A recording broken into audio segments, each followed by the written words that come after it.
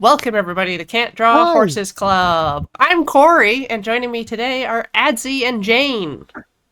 Hello. Hi. We do webcomics Together. together. Yeah. So, these kind ladies have approached me with the idea of showing me how webcomics are done and made, and all of the Well, professional details. Providing our own unique spin. yeah. Cameron already did a session on writing where he covered everything that I wrote in my first set of notes, so I had to tear that up and write 4 more pages. Certainly we can show how we do webcomics, which is a way you can do it. No, this is Because, the way. The like, one single way. Because if Okay. there's anything you can learn here at Horse Club, there's only one way to do things. You know what? I will happily take upon the mantle of the one true webcomic writer. Now you've offered it to me. Thank you Yeah. for it. It's on the internet, which means it's true. It's so true. Oh, oh boy. Okay. So I see so many people I recognize in chat. I'm so happy. I'm like, I know him from Desert Bus. I know her from Desert Bus. I know her from Site D. so I am primarily a digital artist. I've got my tablet right here that I'll be drawing on with for you this evening. some of Although your I art. also have plenty of sketchbooks. And yes, this is a horse I prepared earlier because I'm going to be busy drawing a comic. And I shall be drawing my horse live on stream from memory with no preparation because I wanted people to enjoy some comedy. Okay. So where should we start? We show Oh. off our blahages, or Oh yeah, because we're both trans women, so we both have our standard issue Swedish sharks, and because of the magic of the internet, we can make them kiss. oh, Oh, oh. other way around. Why doesn't the bigger blahage merely? There, There we is it positioned right? I can't see. There we go. It's close enough. Just about. People get the idea. Yep. The sharks have kissed. Yeah. All right, I can put this down now. Because he is Look. large and restrictive of my hand movements. Mhm. Okay, so I think the best place to start is that we're going to draw a implied kiss is Hays Code compliant. Thank you, Adam Zero. We're going to be drawing a comic live for you guys, and the first thing is I'm gonna do my solid attempt at haunts. All right. Let's go. Yep. And while Adzy's doing that, I'm going to be doing the sketch for the comic script we've prepared for you.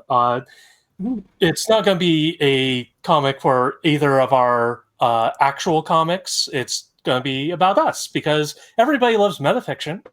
Everybody. Yeah, I mean, it exists for a reason. Let's see if I can. Oh no, that's wrong.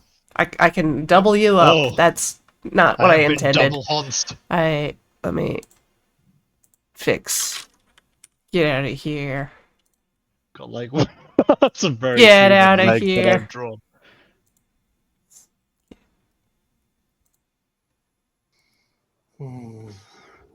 The only thing I remember about horses is that they're round at the end. They are so round at the end.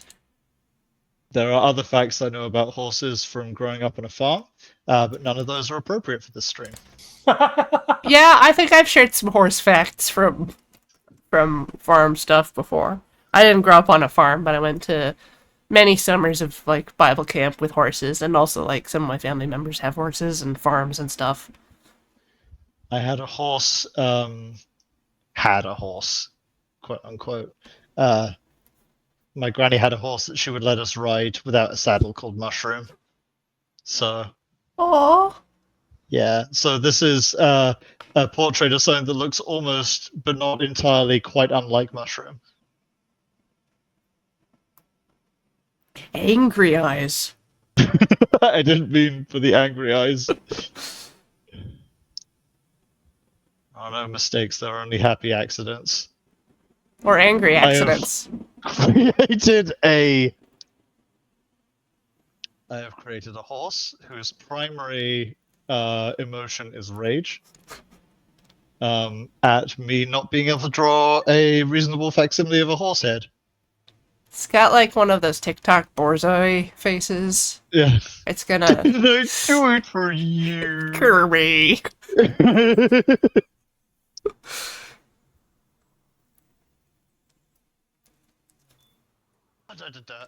It's... All right, we're gonna check in on other progress. There we go. That's a sketch. Yep. This is a template I made. Basically, this comic is a template that I made based on the one I used for our comedy webcomic, which is very just 3-panel, like only occasional deviation from that panel structure, like as Adzy calls it. What's the basic structure of a 3-coma, I guess? Oh, it's setup, wind up, punchline. Yeah, there we go. Setup, wind up, punchline. So we're setting things up in the first panel, and you use a pink line for your first rough. Yeah, exactly. It's the one I find like easiest to just like, okay, this is where it centers everything in my head when I'm trying. Yeah, I typically push colors like really far when I'm doing stuff like that. It's just like the most aggressive pink or green, just so I know I'm not supposed to see it later. Yeah, exactly. I have turned my horse into a tribute of one of my favorite pieces of modern art. Everyone loves Magritte. Because weirdly enough, that's kind of where I start talking about the great thing about comics is that time and character don't really exist in them, because like the first panel exists in a snapshot of time itself where time is flowing because things are talking, and you can put 3 things in 3 separate images of 2 people and yet you recognize them as 2 distinct people rather than 6 people, because sequential art. Yeah. And that is as far up my as I'm going to go on talking about semiotic theory today. Oh. Well, we've both been reading like under Scott McCloud's body of work, and that goes real deep into it. Like I cannot recommend Understanding and Making Comics enough. Those are like they're pretty much definitive. Like read those and then make comics. Yeah, I was checking on my shelf for an Understanding Comics, and all I have is The Sculptor. which is also fiction. It's great, but it's not helpful for understanding comics. It's more helpful for understanding like the creative process. But I mean, like, what is art but creativity unbound? Oh wow, I really am disappearing today. Let's like what do you want to get started on? I guess like writing the three panel. I guess like 4-coma is also kind of similar to it. The kind of 4-panel stuff where you focus on a process of setup, wind up, punchline. So the setup, what's happening? Where are our characters? Give your audience a place to begin. Second panel is like the wind up to the joke, and then the final panel is the punchline to the joke. It's super easy. Anyone can do it. I say lying. Oh, actually, no, I'm not lying about the fact anyone can do it. I'm just lying about the fact it's super easy. Yeah. I mean, how long have we been doing this now? Like 2 years? Yeah, 2 years. Mm-hmm. And I mean, like, we've got scripts banked up, but not like if something ever happens to me, no one will know for like 6 months. yeah, I'm sure things will just carry on as they were. Yeah. If something and then like 6 months later, I'll be like, where'd all the punctuation go?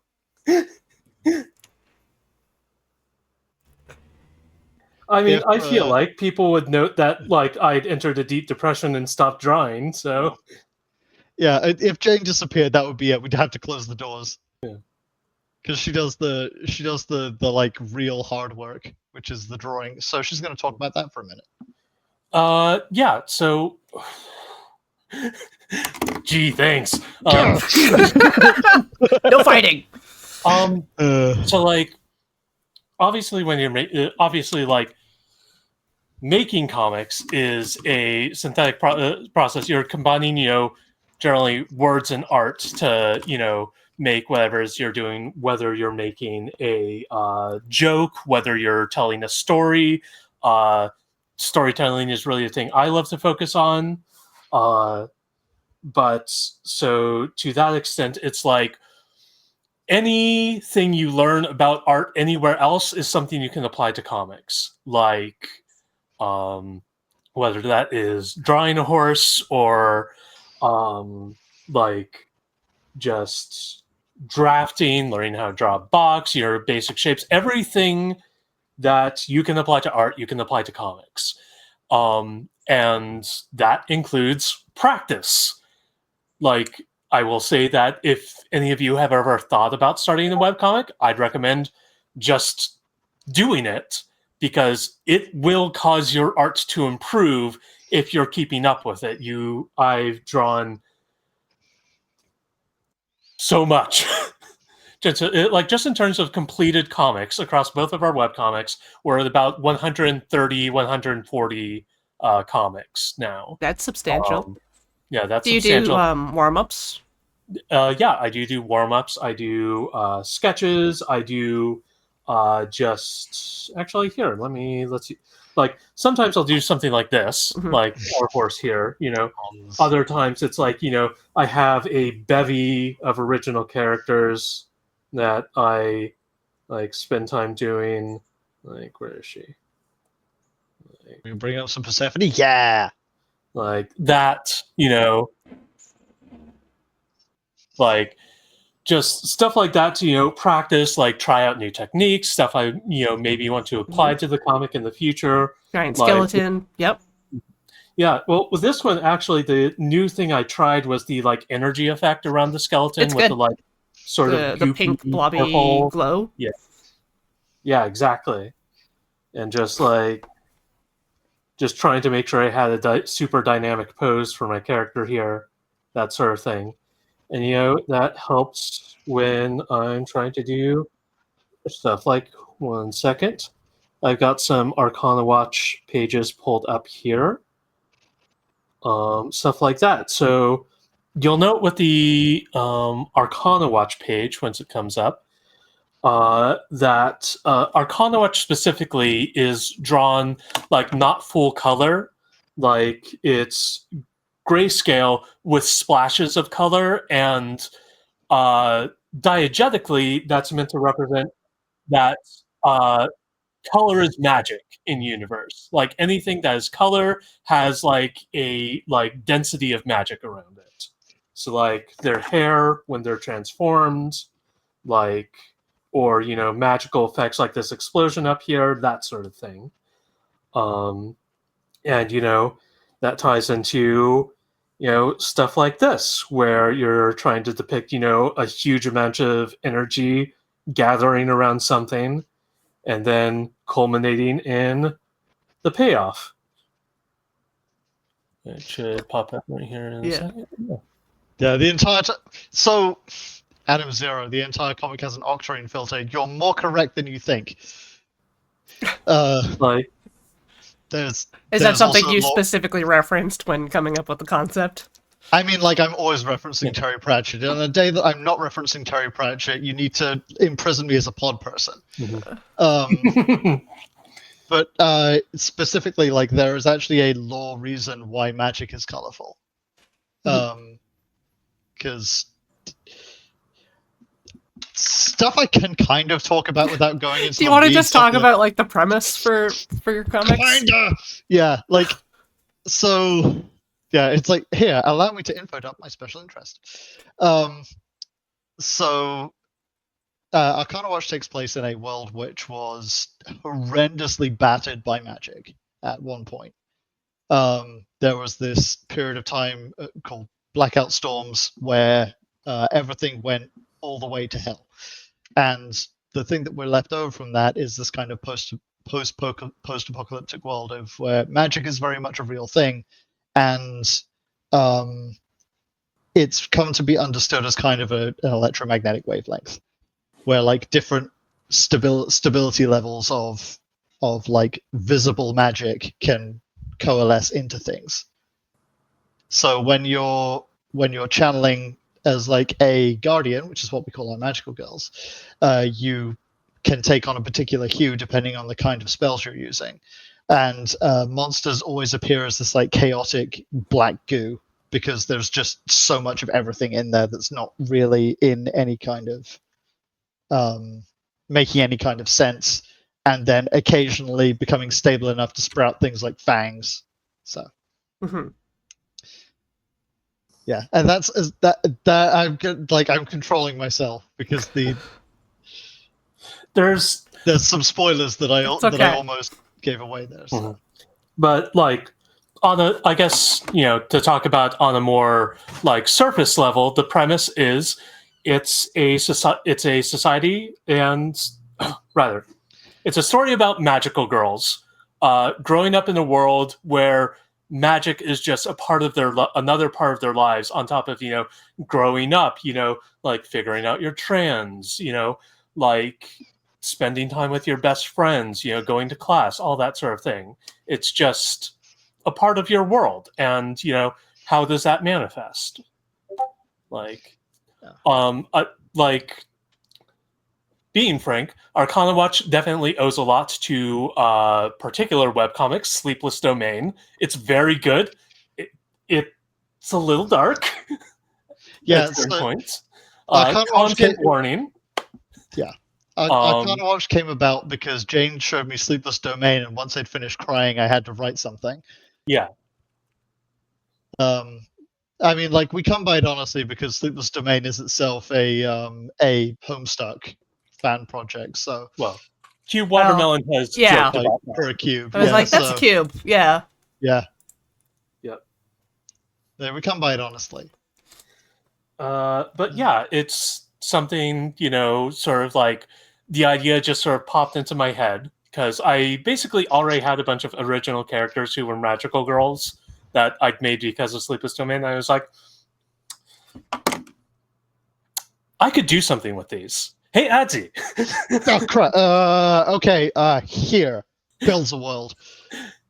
I constructed a hamster cage for the characters to play in. Exactly. Like that's sort of how our process works. Like, creatively speaking, we both contributed to like the world building and writing, but Adzy is the one who's like holding this universe in her head and sort of like generating the feel that then I use to go and make, the comic strip. And that's why like the lore just tries to all shove itself out when it comes out. Yeah. Absolutely. Like, so this is actually something where I can talk about like how what you have dubbed us to be the one true approach to comic writing. So thank you much for that, Corey. You're welcome. So in our one true, I can't keep that up. In our, it was so quick. In this process, I was just like, it's like, no, I can't. I have to be humble on TV. The process that I use is essentially I will write a Bible, and I will always tell people, like, if you want to write down anything about characters, write a Bible, which is just like a list of all of your characters, all of your like main locations, and the kind of motivations that these individual characters have, and then I kind of follow them around with a camera and like throw situations at them on paper and kind of write how they would react to it. So, and like that becomes the Bible, then that becomes a storyline after that. Like, it's a process where you essentially allow your characters to do stupid things and be imperfect in ways that you understand as being imperfect. And like it's half therapy, half exploration, where you're just sort of following your little blorbos through their own self-created misery. Do you both have access to this document, and do you keep it updated? Yes and yes. There are like Jane said that I keep this universe in my head. I don't. I keep it across like 60 Google Docs. Yeah. Which are links together in lots of different ways. Where like I've decided to just go off on the like the way magic works. Like we have a full breakdown, including an Excel spreadsheet on like the kind of wavelengths of magic. Just so that I can have something that grounds it, and then we have like a section on the characters, and then a document on like the locations, the history of the world, the history of Arcana Watch itself, and that's for one of the comics. Yeah. That's for like our sequential art, which is a lot more story based rather than. Just gonna neatly segue into the other comics we do, which are not like. I'm not going to talk about in graphic detail because it is an 18+ comic. So, what's the title? The title is USXW, 666, which is the God. Can I even? Yeah, I can say that. United Sex Workers of the World. Yes, you can say that.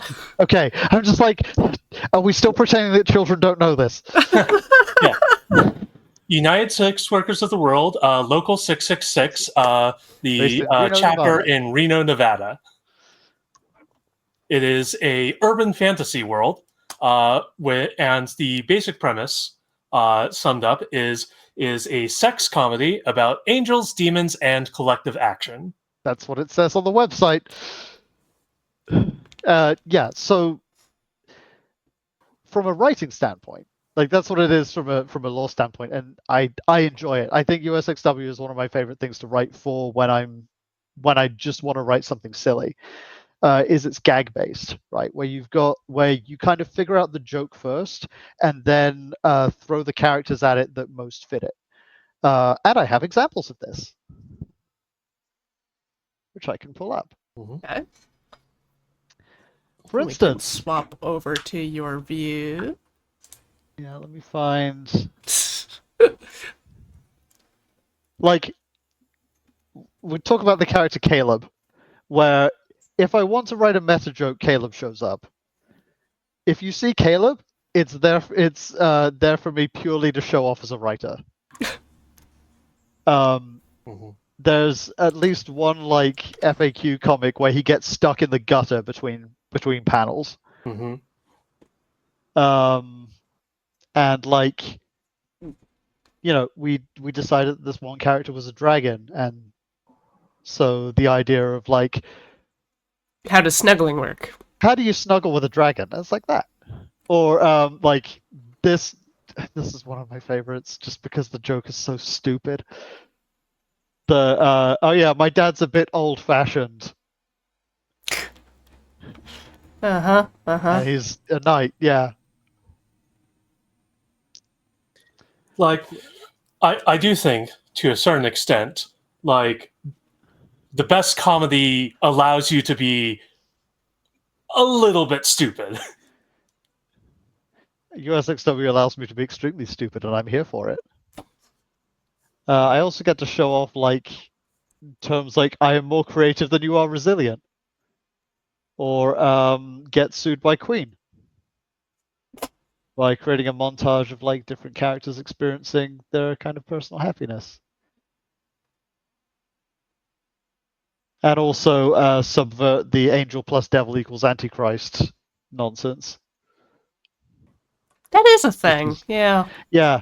So, well, like, we decided that, we have an A couple and a B couple, because our A couple is Sandra and Judy, who have this kind of brand new relationship happening.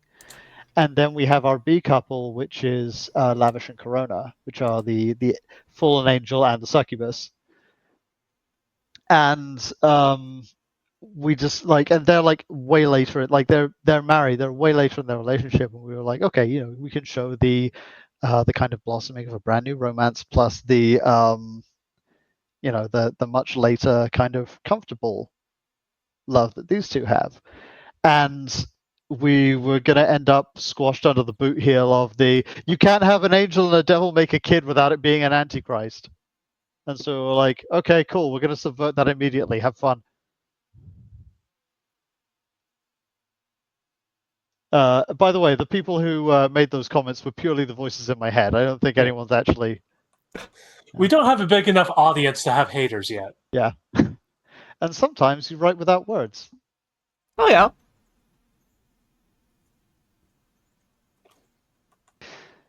And that is literally all of the USXW comics I can show. Mm-hmm.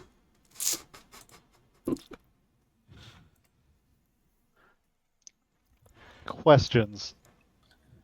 Yes. Jane, for the comic you're currently inking, Yes. is there a script? Yes, there is. Adzy. I will read the script. I was going to wait to reveal it. Okay, it's Yeah. fine. I was just curious. It can Yeah, be a we later reveal. It's a later reveal, but yeah, so we always start with the process of me writing a script. And the way I write a script is I disappear into a dark room and then sucker punch it until it's funny. It's like you turn off the lights and then sneak. Due to a particular quirk of timekeeping, I get to work like an hour and a half before my shift starts, and there's just a room in that building with no lights in it and a comfy chair. So I just go and like chill out in there, and that's where I do a lot of my writing because it's just nice. Chill alone time. Yeah. Okay. If you can't make your own sensory deprivation chamber, homegrown is fine. Store bought is fine, I should say. But yeah, like I basically like I'll write like a batch of like 5 or 6 scripts at once, and I'll send them to Jane, and then Jane will punch up bits of them, and then I'll get them back again, and I'll make them crude again, and then I send them back to Jane, and then she draws it, and then we both look at it, and then it's done. After like one or two more iterations on that, so. It's very much like, sometimes Adzy will produce a script and it's like, oh, that's the entire thing. Like I can immediately visualize it in my head. Other times it's like I'd say the most significant modification, like my most significant contribution to the scripting process is figuring out timing and layout, because as is obvious when you think about it, words in a comic take up space, and space in a comic is time. And so you need to figure out the balance of what words you can fit into, like, the course of a panel, the course of a page. And, especially with Arcana Watch, like Adzy will, have all this great, character stuff. And I'll be like, okay, like you've written like something in 6 panels, and I'm going to actually need to spread this out across like 2 or 3 comics because of the amount of writing, or because of like the kind of pacing that I see needs to happen here. So, like, great example, actually. I think I have some Arcana Watch pulled up here.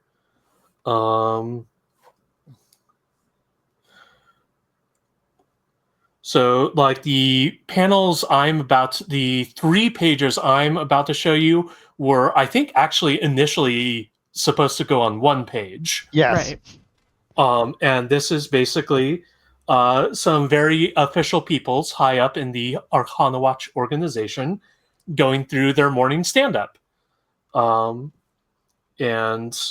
so, like, if we zoom in a bit here.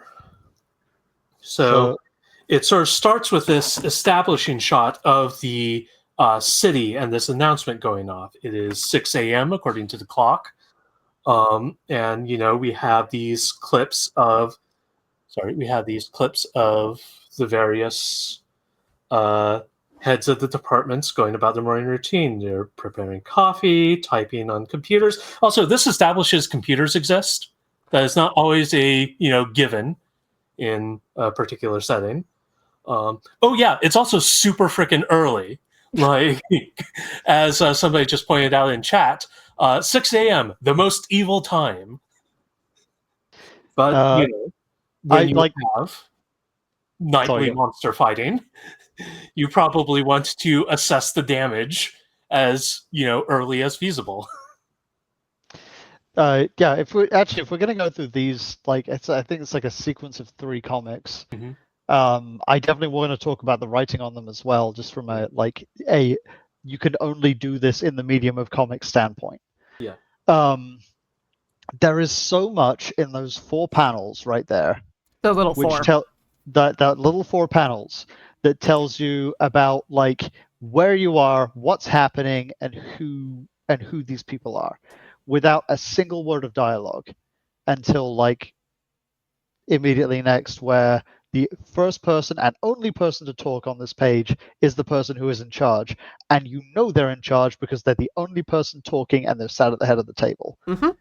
That would be like a page and a half of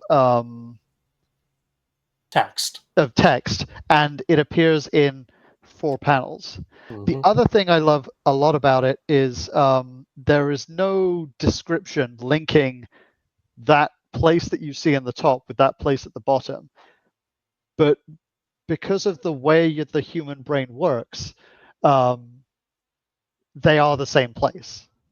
These 2 completely separate drawings fill, like, your brain fills in the gap, and that's something that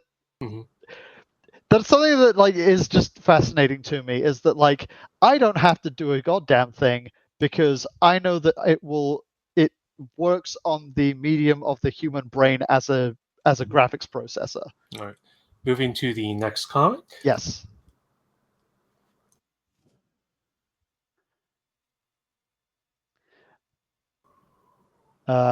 Again, like, this page has a bunch of stuff in it that we've already established. Like, the one person, I don't know if we can read the text. I think it's a little small. I can make it bigger too. Enhance. Yeah. Whoa. Yeah, like, Oh yeah.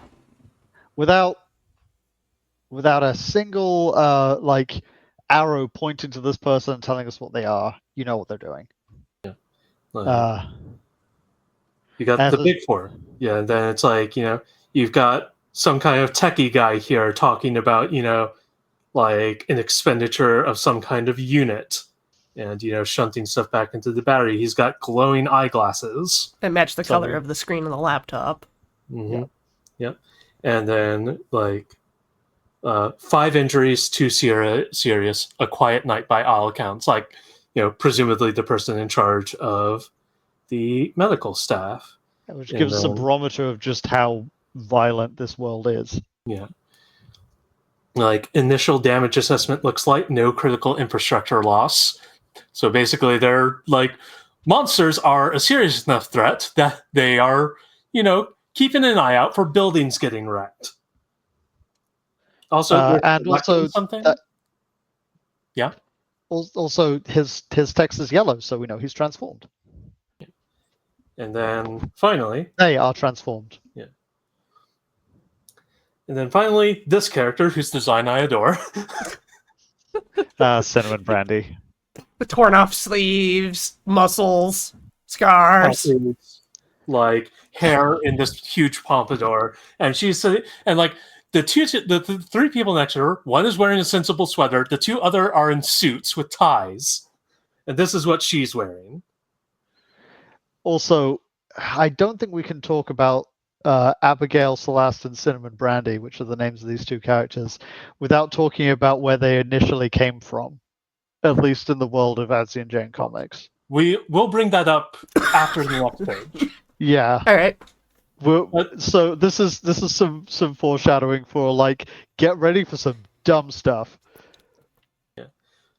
Yeah. So, like, I think these pages are a sort of demonstration of, like, so when you're building a universe in a comic, like, which is what we're doing, there are, like, a limited number of ways to elegantly communicate information about the world to your readers. Like,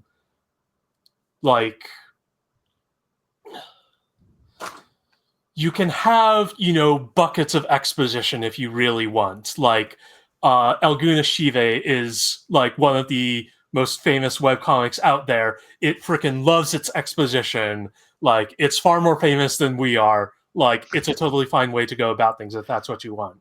I mean, But- whenever you talk about exposition in webcomics, I'm always afraid of it because I think of Rob Liefeld and specifically the Ultimate Warrior comic series that I had as a kid, Oh, Oh God, which no! babbled on for 3 pages about the subject of distrucity. There are better ways to do things. We have access to the technology. I'm thinking about Brian Michael Bendis doing like boardroom scenes in the Illuminati. Yeah, Yeah, like exactly. This is the mysterious Raiders. boardroom of mysterious people talking about mysterious things. Except this is just a regular business meeting for them almost. So they're being very candid about what they're talking about, and sort of bringing up this idea that sort of if you read into the lines, it can tell you a lot about the world, like the idea that the mascots that you know are guiding the girls, because you gotta have magical girl mascots, are not actually like fully magical, or at least like there's something about them that should allow them to avoid being targeted by monsters while they're out patrolling, and that something has disrupted this usual pattern. there's a word I think for magical girl mascots. Is there? Is it shikigami? Is that not a word? Well, Shikigami is like dream guide, and that's specifically a word used in Princess the Hopeful, the tabletop yeah, role-playing okay. game. I wasn't sure if that was like actual lore I didn't know before. By the way, I should come clean about this. The only magical girl media I had consumed prior to Sleepless Domain was Sailor Moon. I And mean, Sailor Moon is baller. it's what? Sorry? Baller. Baller. It is fantastic, and I correct. love The it. OG. And it is the OG. Yeah. And I watched it as a kid secretly because it was the 90s, and young boys didn't watch Sailor Moon. But I loved it. Actually, I will throw in a small note that a friend of ours from Edmonton, named Aaron Series, did a YouTube series called Maho Profile, which is just like a breakdown of early history of magical girls. It predates like Sailor Moon by quite a bit, but it's totally worth it. It's That sounds like time. the sort of thing I should check out. Yeah, I think that's going to be our evening art podcast. But yeah. Thank you for that. Yeah, I think we've covered basically, the purpose of these 3 pages are to introduce information about the world in an organic way, get in some characterization while we're doing that of these characters who aren't going to appear often but are still important. So like we gotta use what space we've got for them to establish, what they're like. And then, once we've done that, we can, transition to other stuff.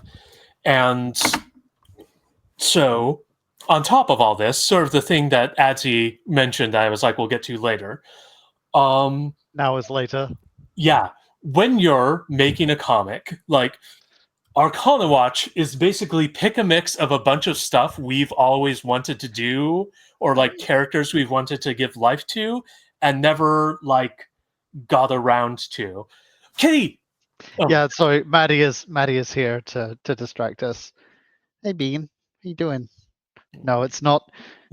Ooh, she just like took off. Come here. Say hi to the people. Okay. Oh yes. Okay, I'll go back to the. Oh, the timing never works. We just get cattail. oh god. Quick, Adzy vamp. I need to remember. Need to refocus. So yeah, there are many stepping stones in the process of creating something, and not all of them stand on something useful initially. This is a roundabout way of talking about what came before Arcana Watch, because the first thing we created was USXW, which is an adult webcomic. And even though at the time I was super gung-ho about like, let's break down barriers, let's just work on an adult webcomic. And, but I realized very quickly that I couldn't really show that to my mom. or there's Yeah, conversations like- you don't want to get like feedback.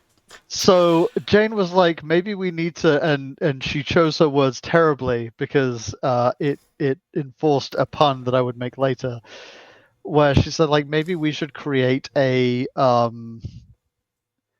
more safe for work like book, just a singular like closed loop story, um, to give us an air of legitimacy. And so, out of spite, I wrote a story titled "Air of Legitimacy," Spelt how? spelt Heir. Yeah, it was And supposed to be a mystery story. it was an okay mystery story. It just like it it never really came together in the mystery part of it because it was kind of clear from the beginning. And having had more time to learn how to write since then, specifically like mysteries and things like that. Yeah, a lot of our audience is learning about this now. I just realized.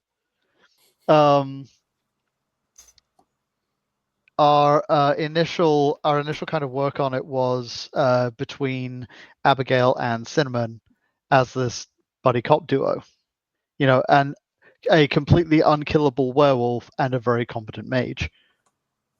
So there was a lot of like fighting and nonsense in it, and by the end of the time we'd written it, we were staring at this document, being like, there is zero passion in this project. It is just by rote. Like it felt like we had literally just made something to make numbers, and both of us were very uncomfortable. Well, at least I was very uncomfortable with it. I will not speak for Jane. Thank you. It was fine. Like, it's perfectly serviceable, and I think with some extra work and like a bunch of time to cook, it would be better. But it wasn't what I was hungry for at the time, and that really showed in the writing.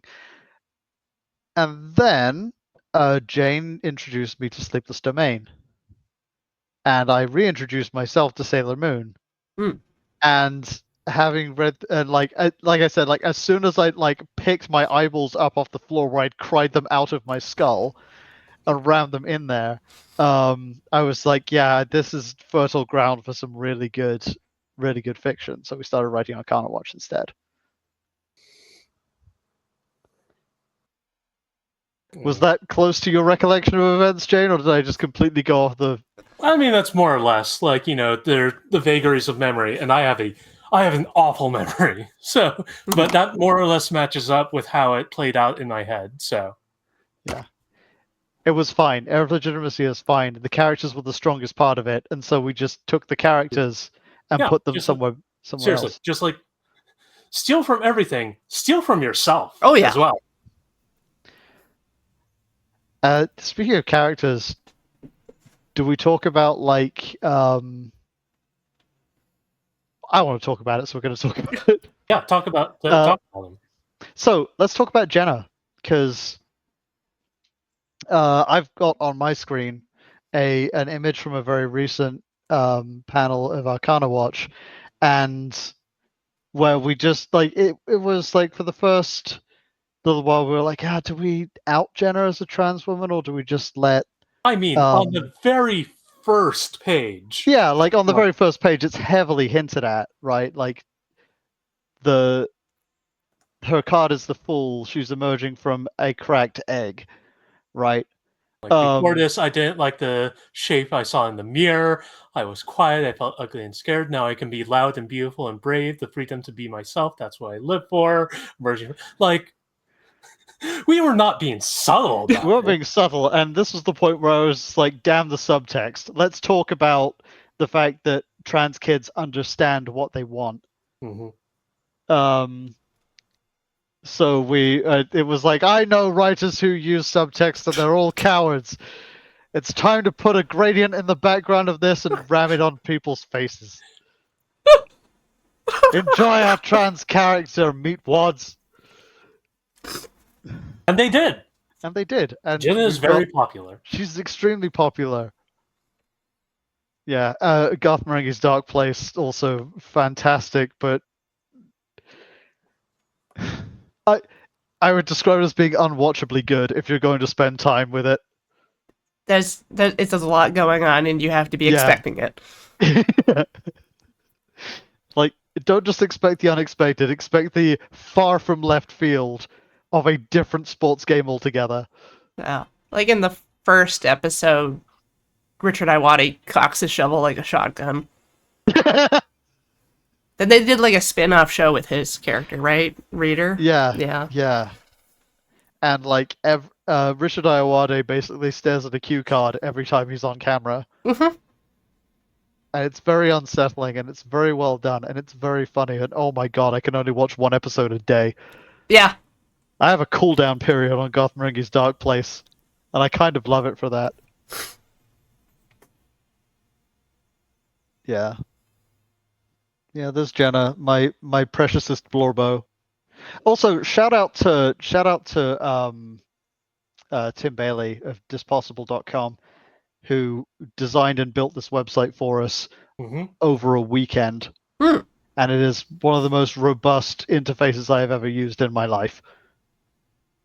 That's cool. Yeah. There are two checks you should be able to cut as a webcomics artist. One is to your therapist, and the other one is to your web designer. Yeah, it's fantastic, dude. Yeah. I guess we can bring that up in terms of like, you know, getting your webcomic out there. Like, I took the step of basically like I went and got hosting for USXW and Arcana Watch, like myself. And initially we used WordPress. There's a bunch of plugins that you can use to do webcomics on WordPress. It's very accessible. It's a little basic, like, and for me especially, like, it was a bit more than I was willing to learn to get the most I could out of it, but it made the important step of getting it out there, like, happen. Right. So, like, that at least, you know, worked out well. And then thankfully, Adzy had the connection to get a actual factual web designer to take a look at it and be like, oh yeah, we can, you know, build you something that, you know, actually looks fantastic. Mm-hmm. Go to dispossible.com. This is an ad now. Have you dealt with stuff like Tumblr hosting or something like that? Like, I've never tried to host a webcomic on Tumblr. I know it's possible. There's a lot of good webcomics that do that. There's Val and Isaac, if I want to call out that the main one that just popped into my head. Nortwet. Yeah. Started as Twitter, actually, yeah. Like stuff like that. Like, there's so many ways to get your comic out there.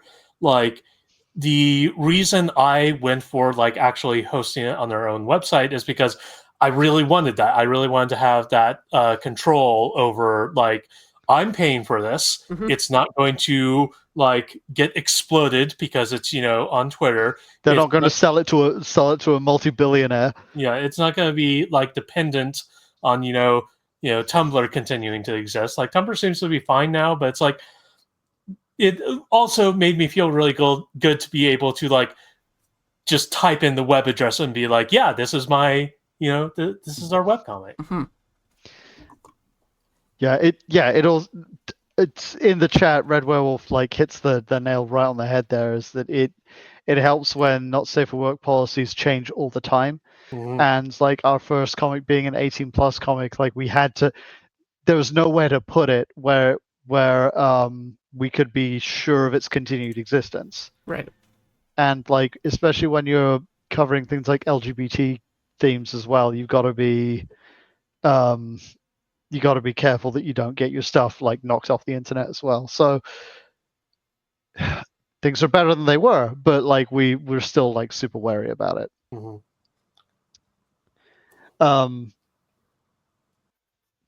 Yeah.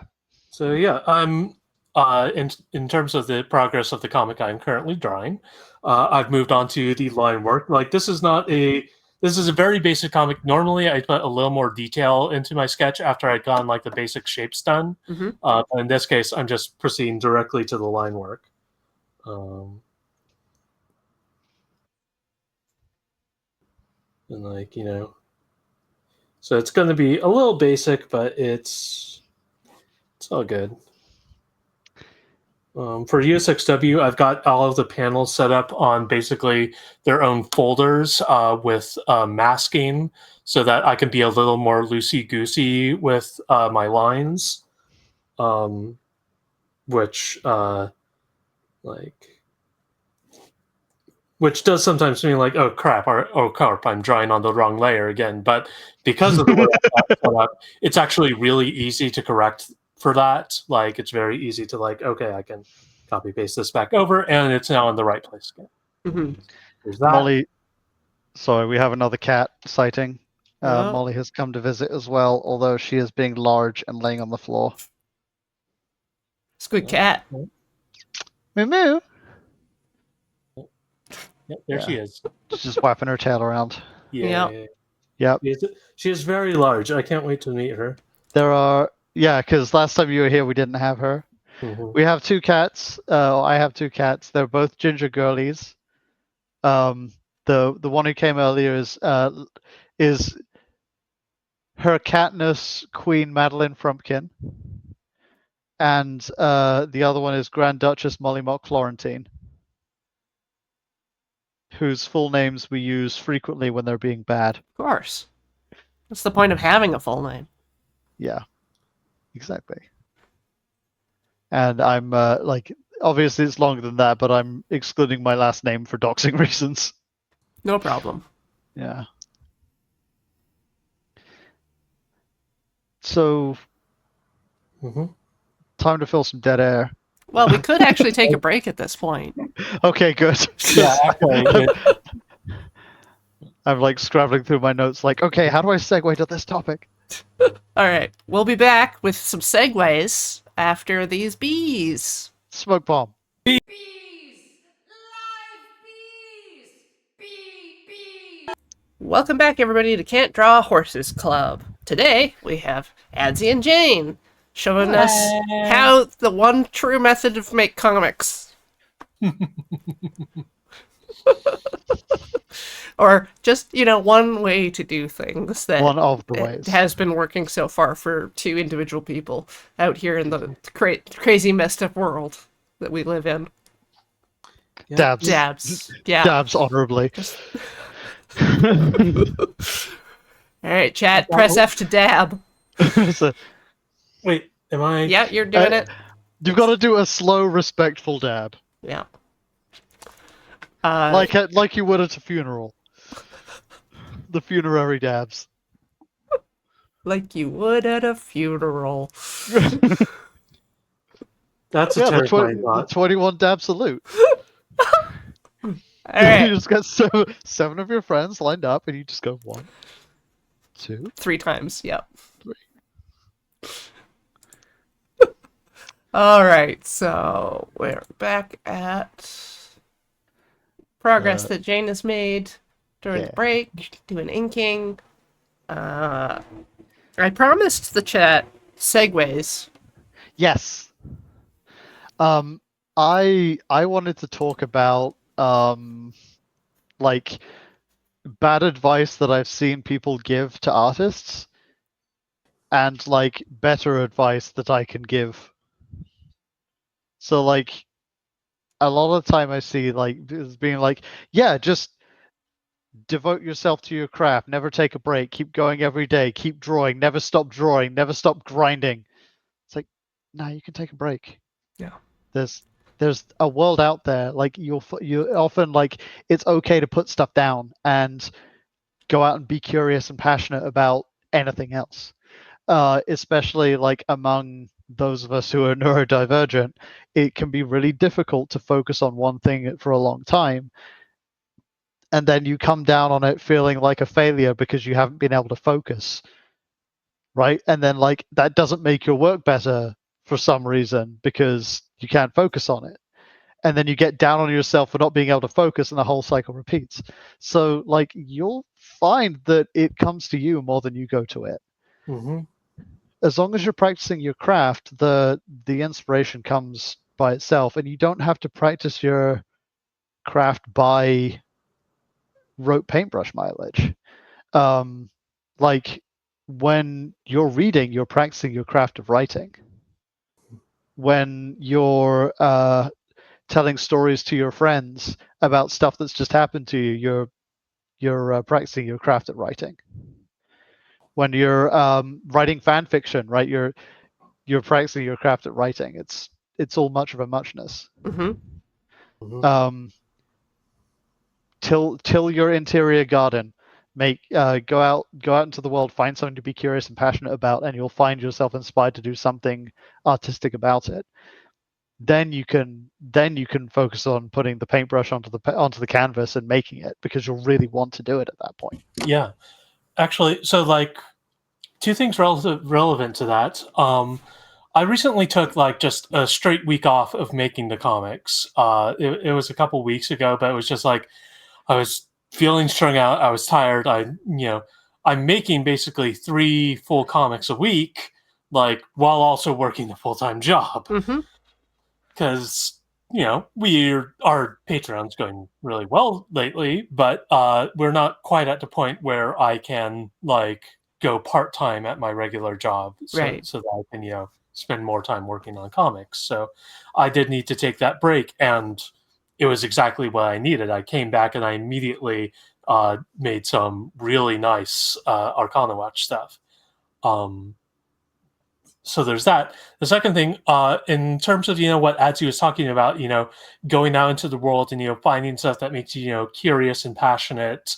One of my favorite things to do as an artist is participate in art games, like on the Discords I'm on.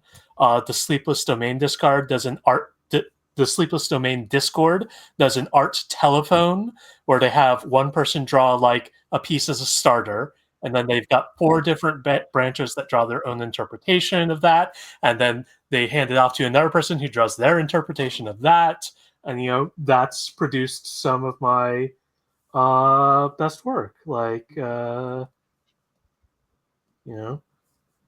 like stuff that gets me to push myself artistically.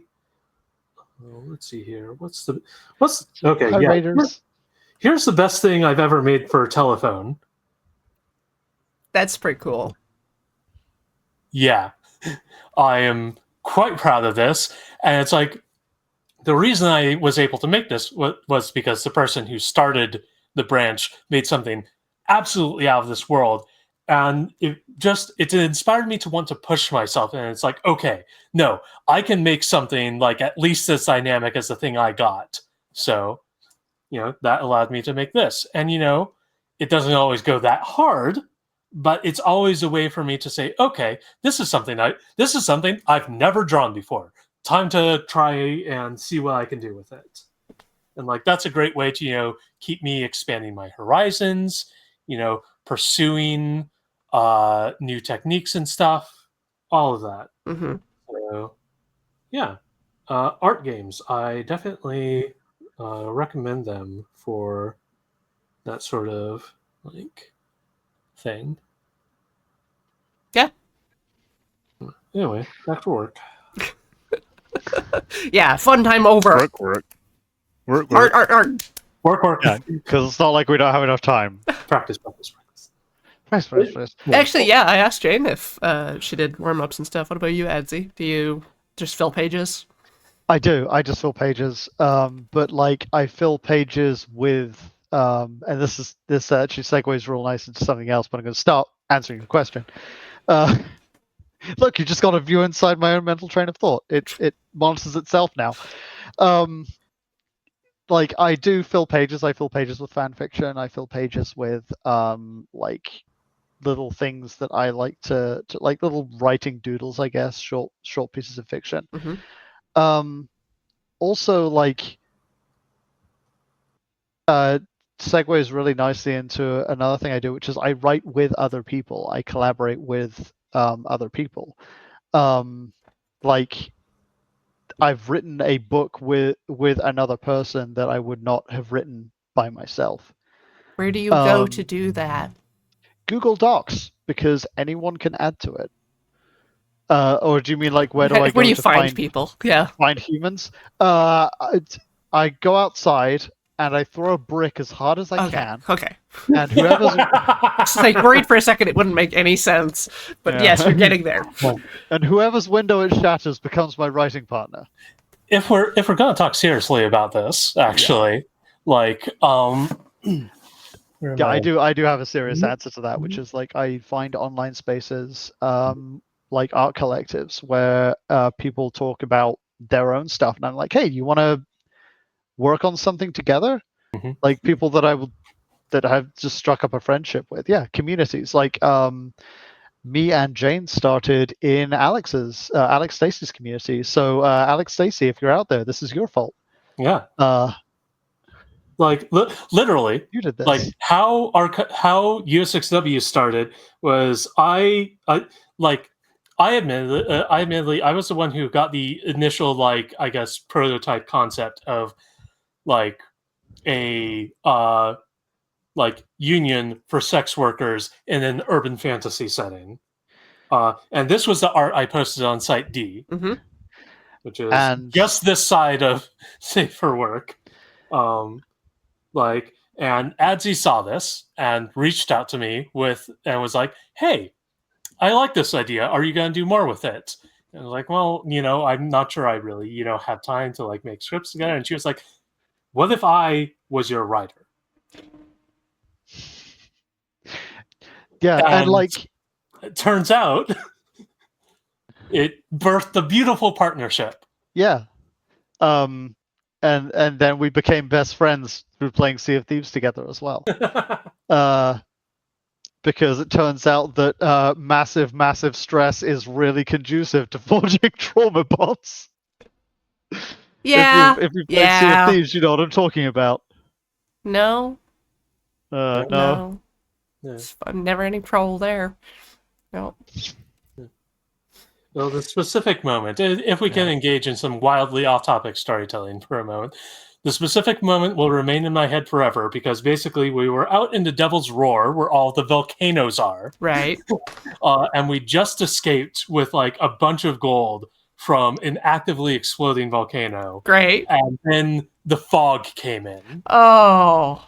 And when I say fog, I mean like the literal, like, can barely see to the other end of the ship kind of fog. Yeah. And we were on a galleon, and it was just like, we have no idea where we are.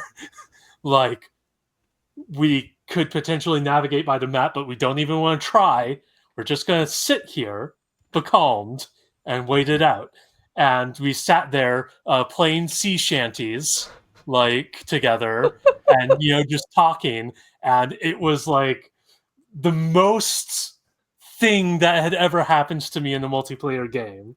Like, Well, I will never forget it. we started playing the 1812 Overture, and I was like, I have an idea. Fire And, the cannons. as we were playing the 1812 Overture, I was going through and firing the cannons off at the right times. Yeah.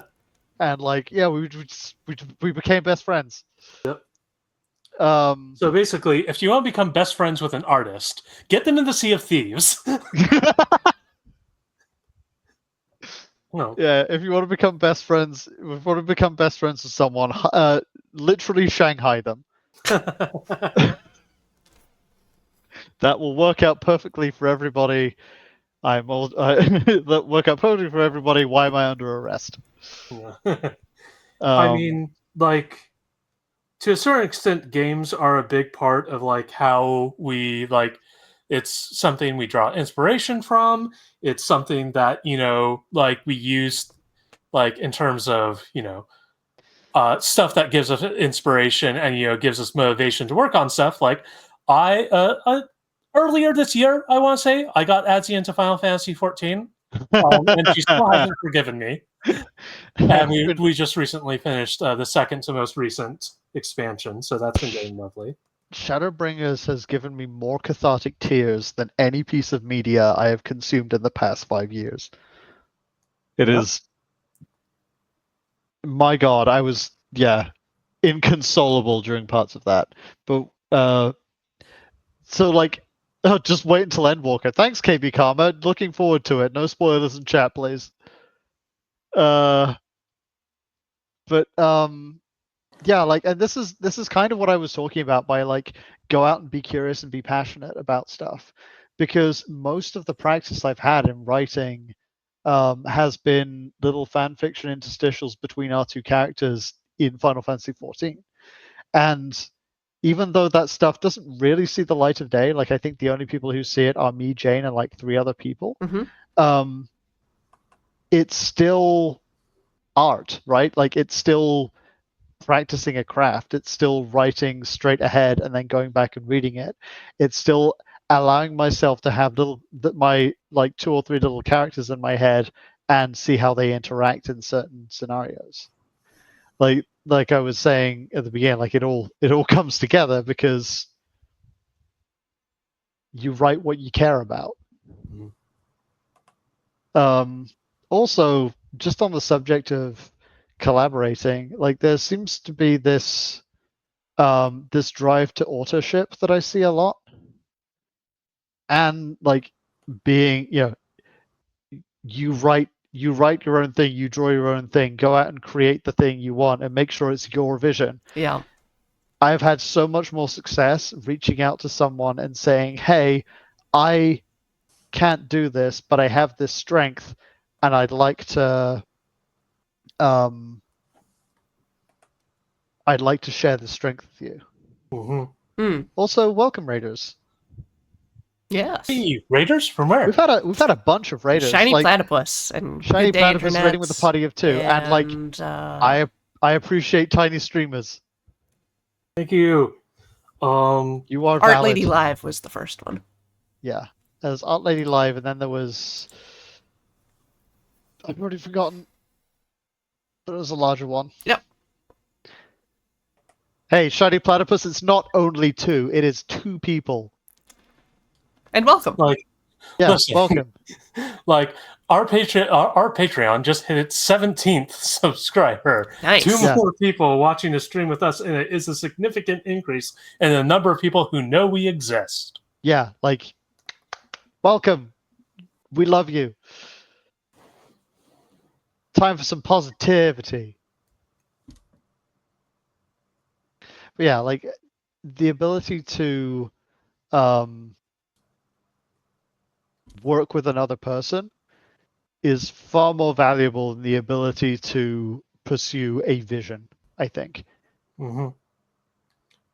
Yeah, no, like none of this was like, as a creative person, I've worked on a lot of projects over the years, and things only started to turn around for me. Stuff only started to work when like Adzy came into my life and we started working together. Like, and I've had other successful projects since then with other people.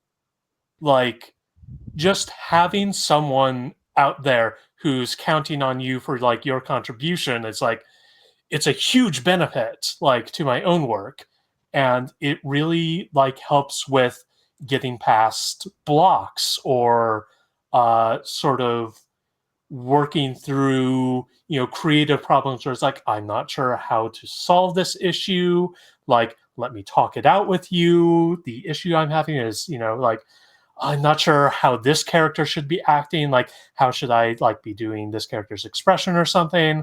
That's the sort of thing I can come to with Adzy, especially like sometimes I need more feedback on the script that she's giving me. It's like, hey, you've given me the script. You just wrote the word "goblins do stuff" in this was an actual piece of feedback I got. Yeah. It's like I sent her the script, and she's like, "For this panel, you've just written the words "goblins do stuff." Can you please describe the stuff the goblins are doing? And if you've read USXW, you know exactly which comic that is. Yeah, that one needed some extra feedback. Yeah. Is it like the most amusing thing about that comic is I think it's like mostly wordless, but Yeah, it was still like, hey, for these panels where you've just told me to draw, like I'm not whichever member of the Three Stooges that they could just put in, like, this character does something funny. Like, Yeah. I'm not that good yet. Like there are also some scripts that will never see the light of day, which is me just literally trolling Jane. Yeah, Like there's they were some of the first ones you wrote. You were still Yeah. figuring out our friendship. there's a script in there called Adzy as a butthole, which is just me describing like somebody riding a horse or standing in front of a mirror or like carrying no less than 12 cats.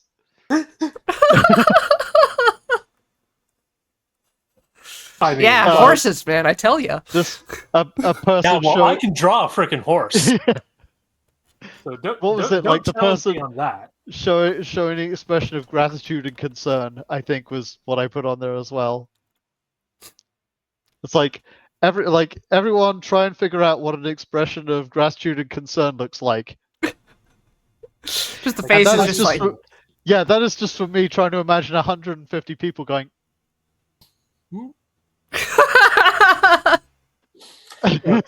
Oh yeah, the thing of artists, making the face of whatever they're currently trying to draw. Yeah, no, that is something I do. That is a habit I make. I mean, like professional animators will have a little mirror for that, Mhm. or just take reference footage and then look at it on their computer. I've taken a ton of reference selfies. Yeah. Also, I've been activated because my degree is in 3D computer animation. Well, yeah, and yet you don't do the arts. Right. I don't do the arts because like I can do animation, but the drawing was always like getting hand to follow brain is difficult. Mm-hmm. Getting brain to create worms. Yeah. Yeah. Actually, brain to create words is easy. Brain worms. Yeah. Real great with the brainworms today. I'm a writer. Yeah, professional writer, everybody. Really good with words, good. Yep. Just pronouncing my worms. Anyways, I was thinking about it. So like, with the computer animation, like the timing is different from what we've talked about with the panels, where you just don't see the passage of time. Like it's there, but you don't watch the tweens happening. Like, it's like your brain does that work for us. Yeah. But yeah. So and we were instructed to put a mirror on our desk while we were figuring out the storyboarding, and then take it away while we were working on the action, because you would feeling your facial expression to put it onto a character was more important than seeing it. Mm-hmm. Because when you're working with a CG character, you're usually working with an iconic expression rather than a descriptive expression, which is me getting up myself about semiotics again. But like it's the difference between drawing two dots and a line as like an icon for a face than a photograph, which is a descriptive piece of a face. And we feel icons, but we envision like descriptives. And so being able to, like, when working with iconics, it's better to feel it than it is to put it down there. So for action sequences, you just don't want to be stuck in the nitty gritty of like all the creases around your mouth. Right. You just want to express. Mm-hmm. Yeah. And like this is why, like, whenever someone's like, hey, you want to talk about semiotics? I'm just like, yes, absolutely. I mean, signs and signifiers, people. Am I right? Like pulling down a graph out of nowhere. Let's talk about the FedEx symbol. Oh, the little X, the little arrow thing. The arrow in it. Oh, An arrow, or the fact that Amazon has a smile, but it's also pointing from A to Z. Yeah, like froth. Yeah. Blood. Go off, Queen. Yeah. Like,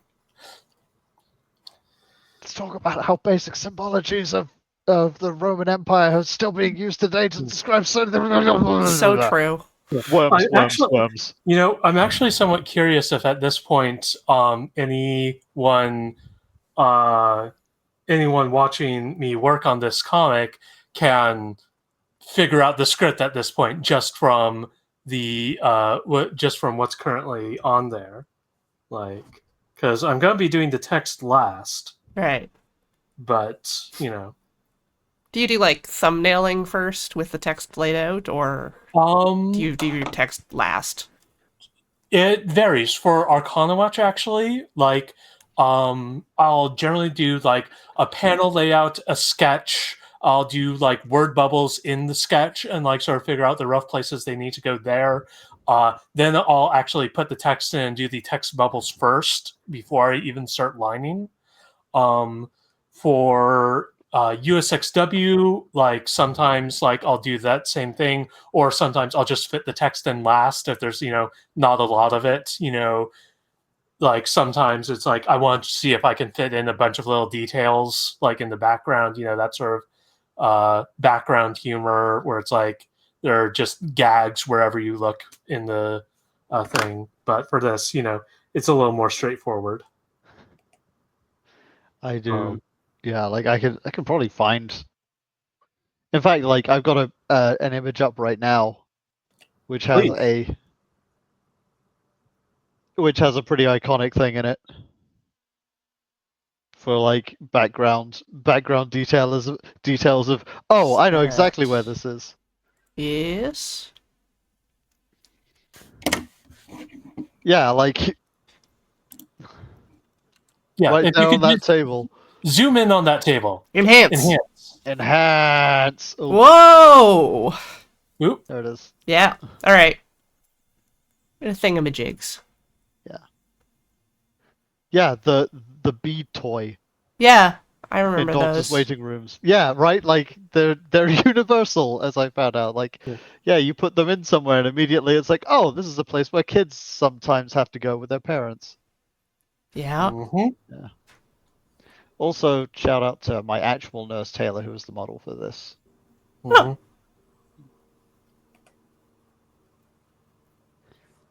Now I have to remember how to zoom back out. Yeah, pediatrics office. Also, more lines means more time has passed. Yeah.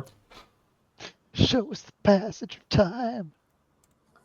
Yeah, there's so many ways to Gotta show the do a passage of time in montage. comics, and like I have barely begun to master them. But one thing that always works in comics is space is time. So if you fill space with black bars, you know time is passing. Big cheats. Yeah, and the gutter is which is the space between panels. The Mhm. gutter is where you allow the reader to be an equal part in your crime. Mm-hmm.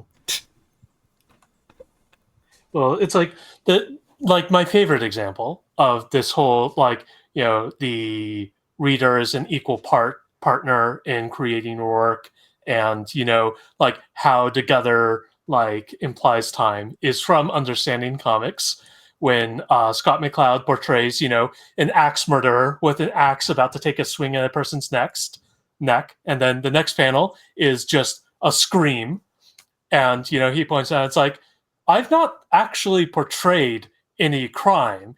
It happened entirely in your own head. Like every single one of you is complicit. You, like in your head, like picked up the axe and chose your spot.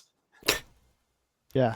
So it's just like like his other comment, like to kill a character between panels is to have them die 1,000 deaths. yes. Because every reader will kill them in their own way. Mm-hmm. Ominous truck backup. Oh God, I didn't even think about the implications of that. Uh, All right. This thing's just about done. I'm basically just speed running this at this point. Mm-hmm. Like, yeah, I can tell because you forgot my tattoo. listen, your tattoo. Okay, actually, do you want to like show it to the audience so yeah, I can sure. also trace it real quick? Alright, I can make that big. There we go. Thank It's you. like a little There you bat go. heart. So, what do you see? Because everybody sees something different. Like I see the heart, the teeth, like bat wings, but bunny ears. It's either bunny ears or eyes. I will reveal those are bunny ears. So it's an eyeless bunny bat heart. Yeah, it's so it's a lot of different things. Like it is like it's the heart, it's the teardrop, it's the bunny ears, because my wife calls me Bun Bun. So it's It's adorable. the little heart, the big heart. Yeah. Also, this was supposed to be a tattoo that goes like where like a womb tattoo. Right. And then I asked my wife if I could do that, and she was like, "Absolutely not. It's going on your like if you want to get that tattoo, maybe put it like small on your back somewhere." And I was like, "In the middle of my shoulder, got it." So we compromised, and it's there now.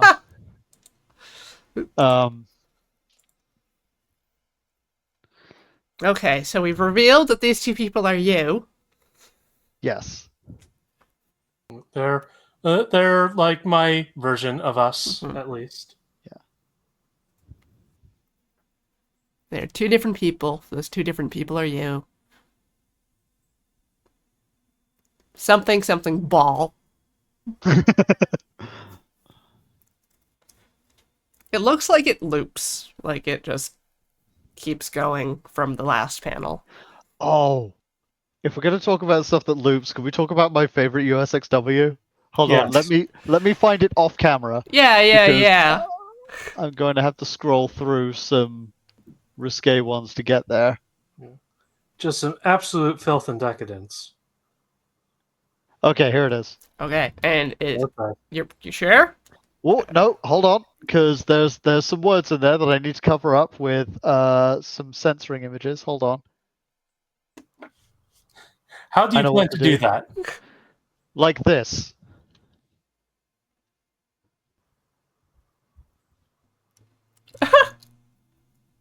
All right. So, oh, you just replaced them. Yes. All right. Okay, I'm panning over. Don't touch anything. Okay. Thank you for pointing that out, because I've become completely jaded to this. So you can read this comic forwards, backwards, or start from any point, any frame, and end in any frame, and it makes sense. Like you might need to zoom in a little. Yeah. All right. I think Corey's going to zoom in, Adzy. So. Oh, I could. Yeah. Oh no, I'm gonna do it. right. Hold on. Scooch. We good? Yes. All right.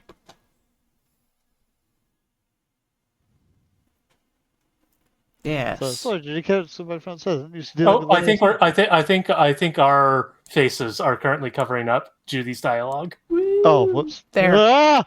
You've Jesus, gone on a warn me! journey. Warn me first. Okay. Yeah. Just gonna give you a little wiggle here.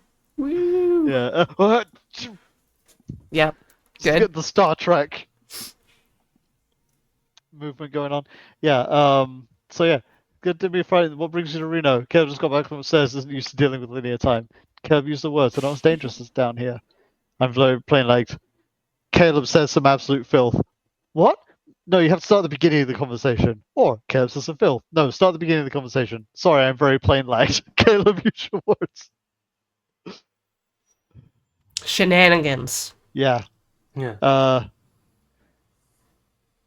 Remember, when Caleb appears on screen, it means that Yeah. means that I'm showing off. Mm-hmm. It means you're having fun.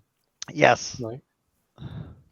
And isn't that what comics really is all about? Absolutely. And thank you for spotting that for me, Corey, before we brought that live. I said you could do swears. Yeah. I mean, that goes a little beyond swears. It describes Just leave that one up for Corey. Well, now I want to see. Yeah. Thank you.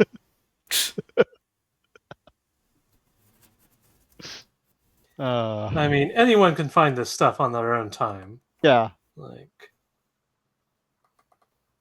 Another thing about writing I can talk about, because I know we can actually show this one in its full form. Mhm. Is Right now? yeah, right now. It's on there. We have a couple of comics which are sky vlogs, because I wanted to we couldn't do art and work on the Origins comic at the same time. So because we have an Origins comic for Sandra, which I guess we'll show off in a little bit. Yeah. Where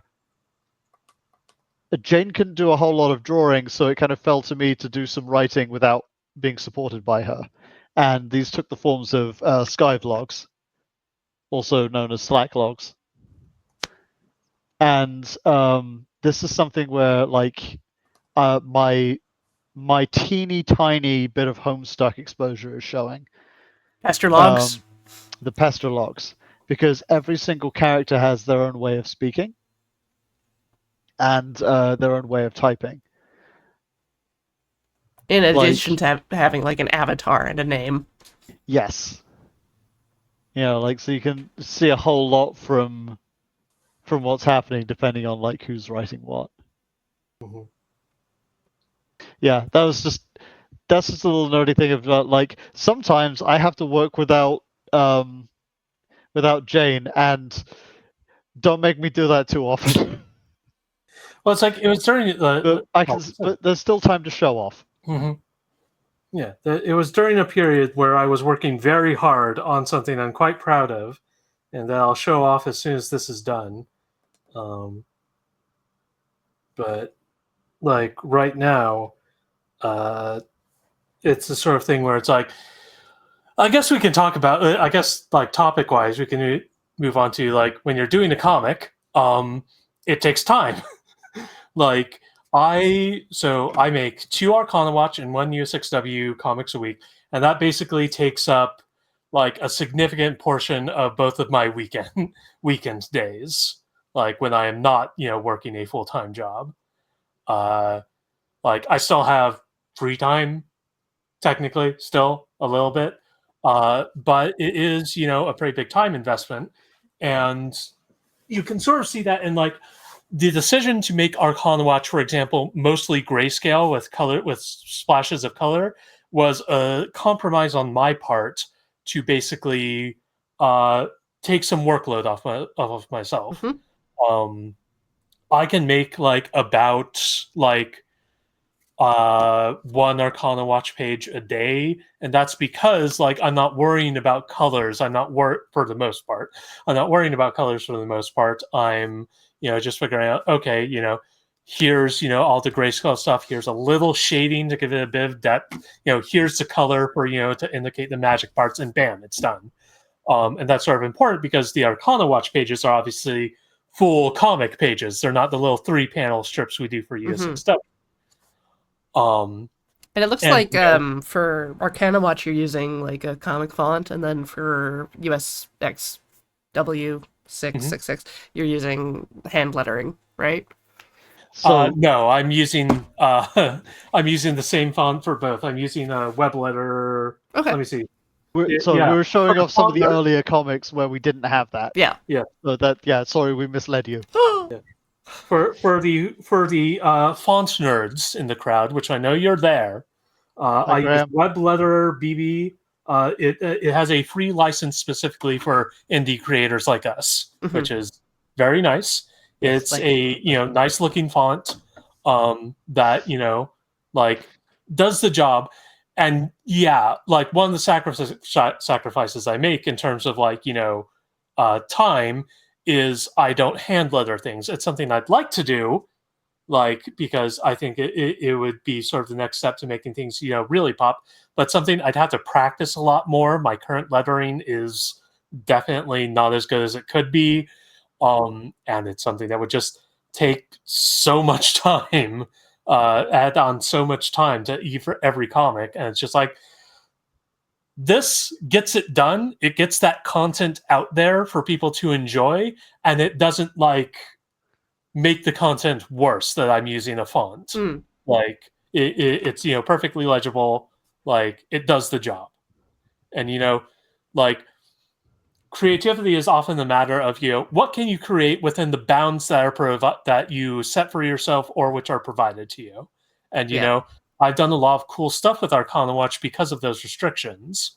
Like I've gone a lot more into I've been using a lot more color gradients in the backgrounds of Arcana Watch, like very subtle colors, but like that allow me to imply certain moods, like the page with Jenna and the trans flag, trans flag colors in the background, like is just one example of what you can do with it, and just like add that extra bit of oomph for not nearly as much effort as it would take if I were doing full color.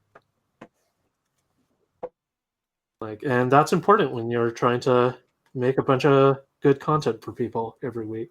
Mm-hmm. Yeah, and like sometimes restrictions will inspire you to make some really interesting work. Mm-hmm. Yeah, web letter BB, I put it in the chat for folks. If you're making an indie project, they allow you to use it for free. It's good, it's legible, we use it for everything. Have this tool. Yeah. Enjoy. Go ham. Go ham. Yeah, like I absolutely encourage anyone here who is interested in making a webcomic to give it a try. Like it will take time, it will take effort, but it's a lot of fun. And like maybe pair up with somebody in chat to work on it with. That's true. Yeah. That's a good idea. I would I think one thing that I may have to do towards like Christmas or whichever winterval holiday we're celebrating. I haven't thought of a one yet. Very long Halloween. Just a very long one this year. I love Halloween. It is my favorite holiday. Maybe that super long Halloween is like getting everyone who wants to work on a project to just put their name in a thing and just be like, here's your Secret Santa. The two of you will work on something together. You will be each other's you'll be each other's like secret makers. So Symphonic Lolita, like, if you want to make a comic for years, trying to get my life in order to have enough free time to do stuff.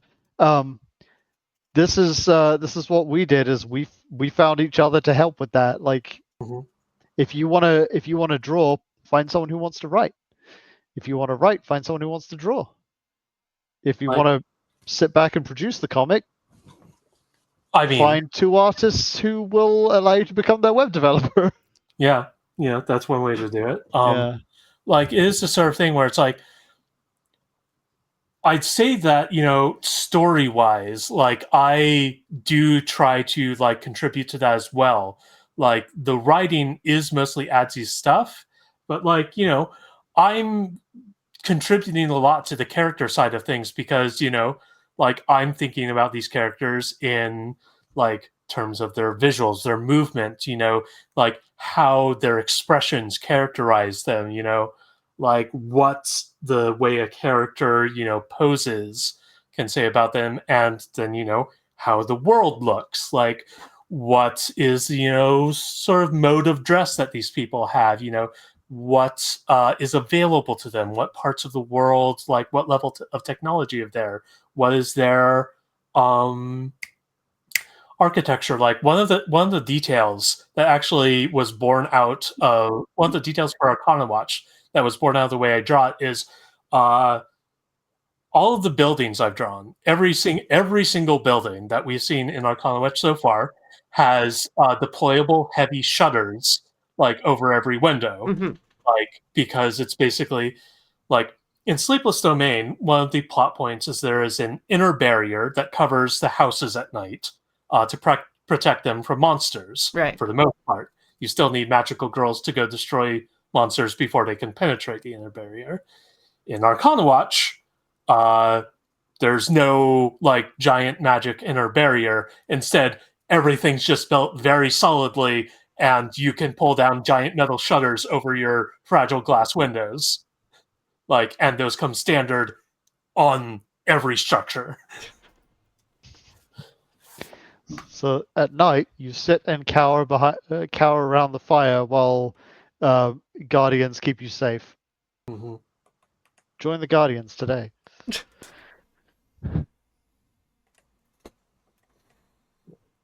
I'm just seeing people in the chat like, oh, I've got world building I've been working on for 10 plus years, right? Like, I want to tell a story.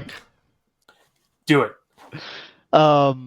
So I have a friend who the last time I spoke to them, they were still working on a project they've been working since grade school. And yeah, that's like 20, 30 years ish for this project. And they had never shown it to anyone. They were waiting until it was done before they showed it to anyone. That'll get you. Yeah, that'll absolutely murder you. You have to show it to somebody. Art is a collaborative process. All art is a collaborative process. Ed Hooks, which is a fantastic acting teacher that I worked with in university, basically put it that like you cannot do art on your own because the meaning that you ascribe to something and the work that you do on something has amazing deep meaning to you, but until you share it, it doesn't really exist outside of the page because you have poured everything you have on the page and you have that link. When you hand it to someone else and they see something new and unique in it, that is when it becomes art, when it becomes something that contributes to the kind of greater works of communication of the human species, right? Art is a means of communication that transcends mere words. That is its most important function. Yeah. Mm-hmm. It's like if you've been working on it for 10 plus years and you haven't shown anybody, it might not be very good. That's sort of the like awful truth at the heart of like work that you don't show people. But like you need to do it. Like you can't just plan, you need to do it. Like Arcana Watch, like the reason it exists is because when I had the idea and I roped Adzy into it, I was like, okay, let's make this happen. And like we immediately drove into like making the first couple of scripts and like getting them done because I like wanted to bring it out of the twilight of the planning stage and into existence, because once it was there, once it was real, it was something I could like devote that mental space to like continuing to make. Mm-hmm. Like it would become, another anchor point in my reality. Like, right. Not just a hypothetical thing that exists in like a feedback void that just makes you frustrated and leads to burnout. Mm-hmm. And so it's a matter of, like if you go back to like the first Arcana Watch or the first USXW comic, they don't look good. They're bad. Hold on, I'm actually getting that together. I'm just trying to find. There we go. Perfect. Is that a good one? Here is. All right. Yep. Enhance. Yep. Oh god. Here is the first USXW. This is the first one we put together. You can even tell that it was ripped from its original vertical format into a horizontal format. It's so bad. It's awful. Like that's my lettering. That's about where my lettering. Yeah, that's what I saw. Yeah. And like, let's take a look at those same characters in a future, like in the current comic. Boom. It's a more developed style, frankly. Yeah. Yeah. So we didn't wait to start until it looked like this, because if we'd waited to start, it would never look like this. like, yeah, some of the most influential artists, musicians, authors, a lot of them are working on commissions, so the idea portion came from outside the people who worked on them again. And like, when people are saying, I don't want to publish anything until I'm skilled enough in my work to look professional, it's like, If make this, and then like get and like challenge yourself to make the next one look slightly better, and eventually you get to this. like, don't get into the mindset that the thing you think is like going to be your magnum opus is actually going to be your magnum opus. Like, the thing you make is just going to be like, it's just going to be the next thing you make, and then you'll make something else after that. Like, much like Arcana, the first page of Arcana Watch looks way better than the first page of U6W. Like, the first actual page, like the prologue is what I call that one. But yeah, look at that. Like, right from the get-go, like, this has already evolved itself, but right from the get-go, you have much more consistent character designs, like much cleaner lines, like just a better overall idea of what it is. Like, take that thing that you've like been thinking about doing and do it. And if it crashes and burns, like, that's okay. Yeah. You can do it again. Like, you can reboot it. Like, you think reboots are purely to the domain of, the fat cats in Hollywood? No, you can absolutely reboot your own comic. Like, I think Paxophobia is essentially like a continuation / reboot of Gastrophobia, if we're talking webcomics. Like, look at Girl Genius. Like, the initial pages, like, Phil Foglio, style has just like, you can see the progression there. Or like Schlock Mercenary, a comic that has updated for 20 years, 7 days a week. And you can see, like, in real time, that comic go from ugly ass to holy crap, this is a legit sci-fi comic. Like, do it! And like, yeah, the bumper sticker version of the whole thing that I tell people is, do you really think Michelangelo sat in his like doodling in the margins of whatever the Florentine equivalent of a school yearbook was, little statues of David, thinking one day I'll show them? Probably, actually. Probably, actually. But like, when when he got to actually making that statue, he wasn't even making it for himself.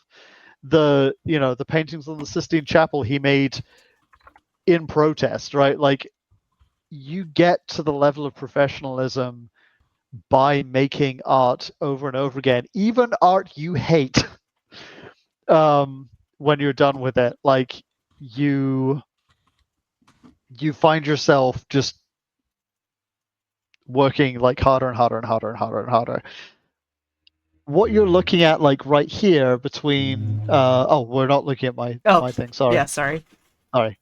You wanna Like, what you're looking at right here is Jane working on 3 comics a week for a year and a half to 2 years. That's not very long. It doesn't take long to get good at something because you're doing it every single day.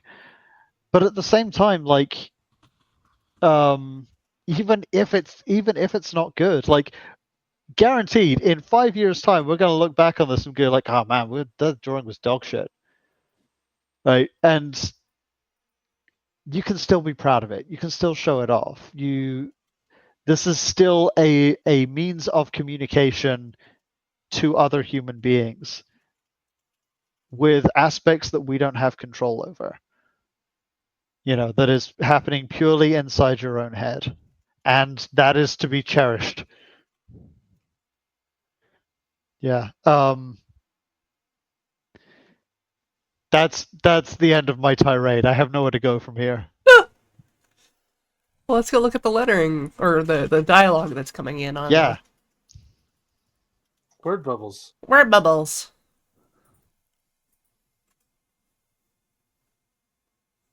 Have you always used Clip Studio for this? Yes. It's just Clip Studio 1.0. like I'm sure somebody could tell you about all the nonsense they're trying to pull with their Clip Studio Paint 2.0, but Yeah, it that's a seems lot. yeah, like the 1.0 has all the things I need for the stuff I'm currently using it for. And like absolutely, seek out the tools that you find comfortable, but also give yourself room to grow into, whatever you're using. Like, there's a lot of stuff I've learned how to do. Yeah, I just said this directly to someone in chat who was talking about I want to wait till I'm professional or whatever. It's just like I think this is an Alex Stacey line, but I'm going to steal it because it's amazing and I use it very often, which is that every piece of media or like anything you've ever seen is the product of a single human experience. There is something that you are able to make that no one else can. I believe in your ability to make something that you yourself are uniquely able to make. And I want to see it. I want to get to a point where I can see your thing at a con table and hand money directly to you to take that thing away with me. Like, put it on my bookshelf. Like, let's be frank here. Neither of us were professionals when we started USXW. Yeah. And we are only professionals now because we get to decide what that means, because people give us money to make this. That's the line. That's the entire line. That's yeah. Like I think actually we have used that line in a recent comic. Was that it's not published on Wednesday, but yes. Oh. It is the line. Well, it's like, so man, we can't talk about it though. It's okay. Because it's in USXW, but like essentially someone's like, why are you calling it that? Like, why are you being so flippant about this? And the response is, because I'm a professional and only I get to decide what that means. Like, because this is art. We're not doctors. Yeah. like doctors, if you're a doctor, yeah, like you don't get to take artistic license with your professionalism. You don't get to be Dr. House. However, as an artist, you can have artistic license. That's the best part of art, artistic license. Yeah. Yeah. You get to decide what a horse is. Like, yeah. As an artist, you can't get sued for malpractice by drawing a broken horse. Yeah. Whereas whatever Adzy threw together a horse. Yeah. Remember, I have no one to blame for this creation but myself, and it's beautiful. Oh, Hans. Like, it looks like you combined it with an anteater. An angry anteater. This and other things your child can learn from Hooked on Phonics. Just realized I got the wrong skin tone in this one. Yeah. Well, it is time for another break. It is. It's time. It is time once again for us to ride the carousel of capitalism. Choo choo! Enjoy the bees. Bye. Bees! Live bees! Bees! Welcome back, everybody, to Can't Draw Horses Club. Today, Adzy and Jane have joined us to talk about making webcomic. The one true way of webcomic writing. Follow these easy steps. Yeah. So yeah, the steps are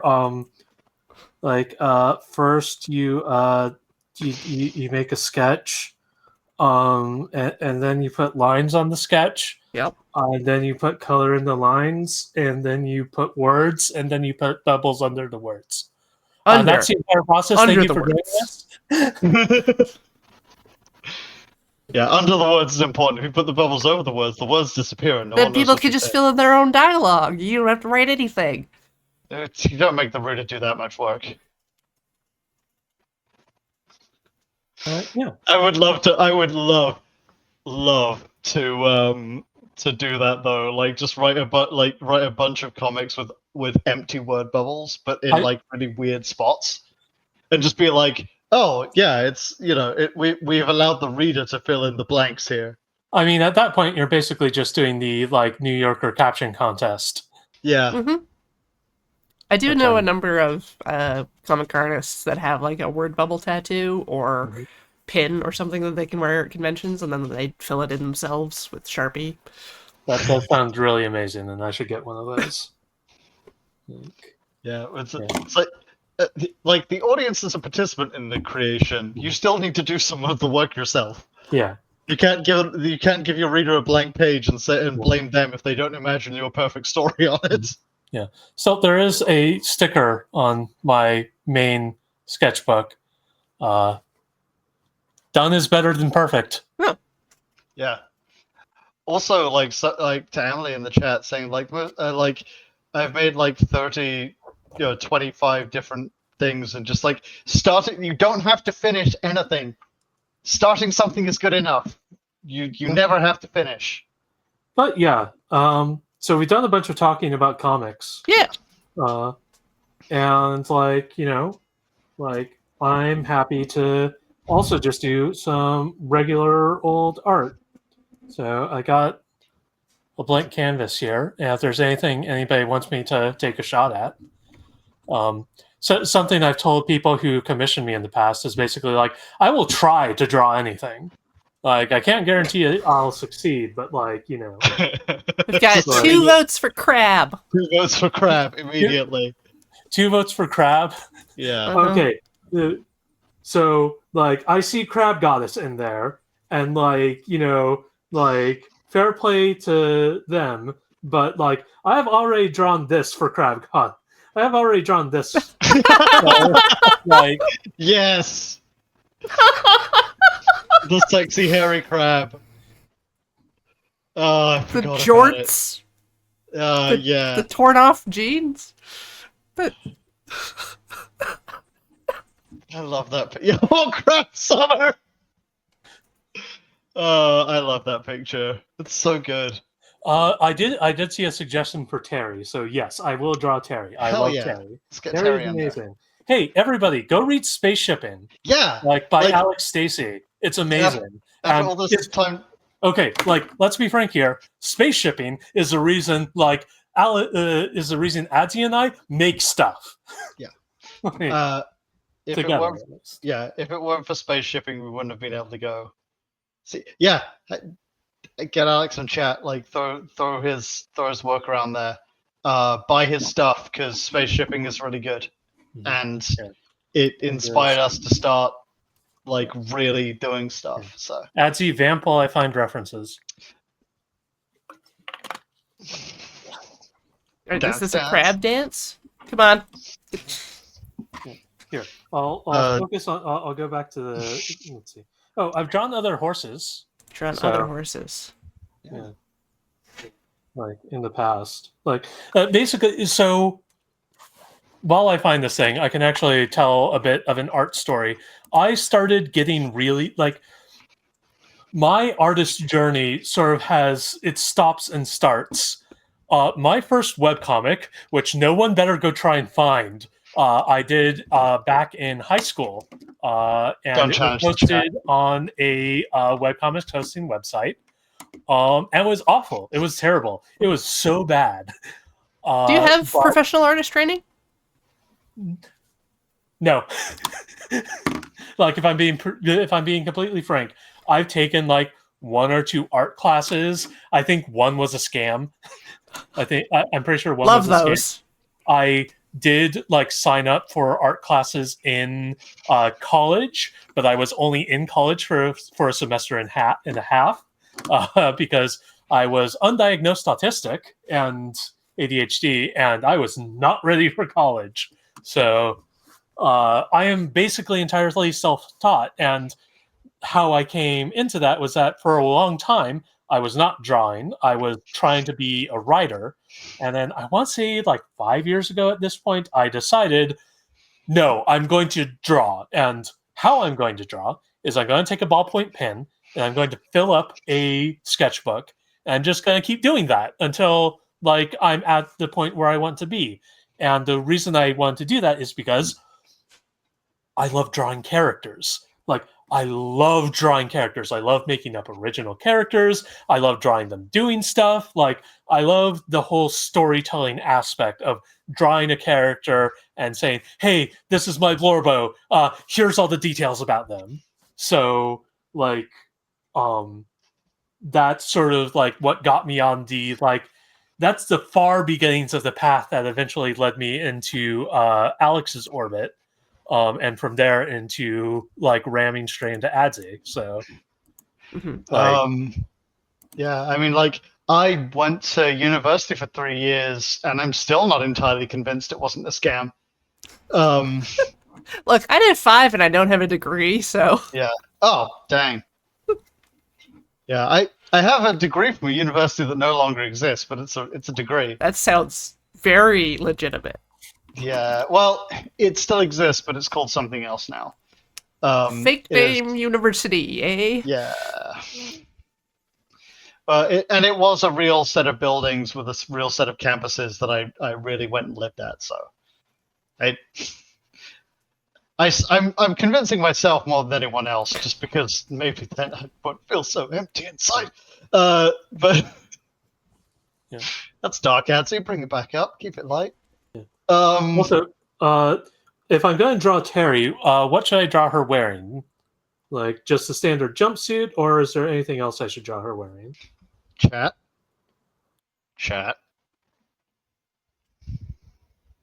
Taking suggestions now. Obnoxious Hawaiian shirt. Obnoxious Hawaiian shirt? Okay. Or a Magical magical girl girl dress, yeah. Ooh, okay, yeah. Terry and Jenna cosplay. Okay, well, I can do that.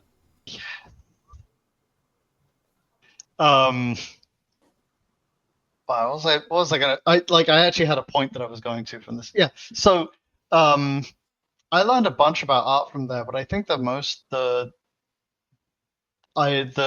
most valuable thing I learned from university was actually just how to build a business. And like how to market your art as much as anything else. And basically, I don't think there's much that you have to go to university for, that you have to have a professional degree for.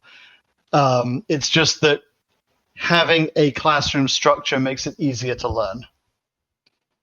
And if you are somebody who learns well from a classroom structure, which I am. So, like,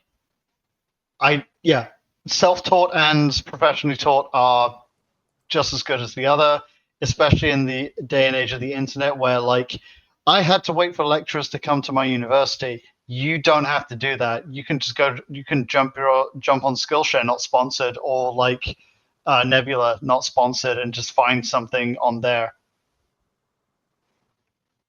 Like, honestly, I've definitely sat through a number of like things talking about everything from how to write better to strategic tactics of modern warfare, and just like learn through osmosis on a couple of these. Yeah, Skillshare has a series of courses on strategic tactics of modern warfare. It's quite interesting. And all of it is now mostly junk science because a lot of it didn't survive the war they threw it at.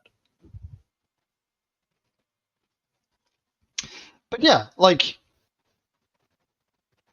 I came away from university with a chunk of lifetime friends and a genuine desire to keep learning, and also a piece of paper that has assisted me in getting 0 jobs. Right, like, what you get out of university is going to be up to you, and what you get out from learning art by yourself is going to be up to you. There's no right direction to go in.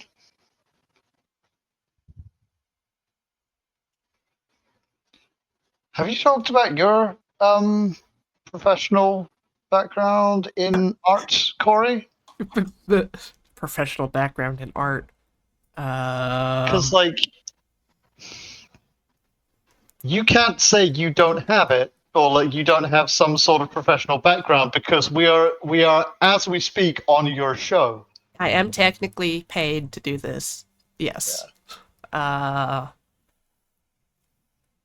all started when, as a programmer, I would produce assets that were so hideous that it forced the art team to prioritize those assets that would actually be in the game. I don't know. I've very loosely taken classes and such since I was a kid for various things, like the drawing on the right side of the brain stuff. My mom was big into. It was mostly my mom dragging me to classes that she was interested in, like poetry clubs and Yeah. learning to draw and sketch. Then high school art. I didn't pursue anything in university or college, but I was very big into running clubs and stuff. So a lot more organizational things. I wanted to in like high school. I wanted to go get like a degree in literature and then be a writer. And then I had a lot of trouble with that. I Can imagine. just, writing stories doesn't happen for me. It just doesn't go. Like, I like writing settings and descriptive stuff, but like I could put two Plorbos together and they just sit there. They don't do anything. Like writing a world as a character. Yeah. Like world building is just as difficult as writing characters. KB Karma's asking what language. I'm only assuming this is comp sci stuff. I took Java and C++ and some C-like languages and assembly. Loved assembly. Assembly language is where all the fun stuff happens. It's so strong. And there's only like 1,000 words of syntax. It's easy. Yeah, and if it's so close to like machine language that you get like a real understanding, especially if you, like me, take circuitry as well and like make your own little CPU. Then it's just like, I understood. yeah, this all works together. Now I know how computers do. The moment I understood the weakness of my flesh, it disgusted me. Yeah. I craved the strength and certainty of steel. Yeah. And then let's see, like with programming, because I wanted to make video games, of course. Started doing that in college, like right after graduation, and ended up working for a company in Grand Prairie, Alberta, doing UI for a mobile port of a game called Space Trader for a company called Hermitworks. And then we made a rhythm game for Paramount. I think I played that. And then I got laid off, and then I moved to Edmonton and did stuff in university and got a job at a company called Beamdog and worked on the Baldur's Gate Enhanced Edition games until 2018 when I quit. And then also in there I worked on a VR game for Polytron and did some really early action script stuff with Maddie Thorson. Oh, cool. Yeah. We went to college together.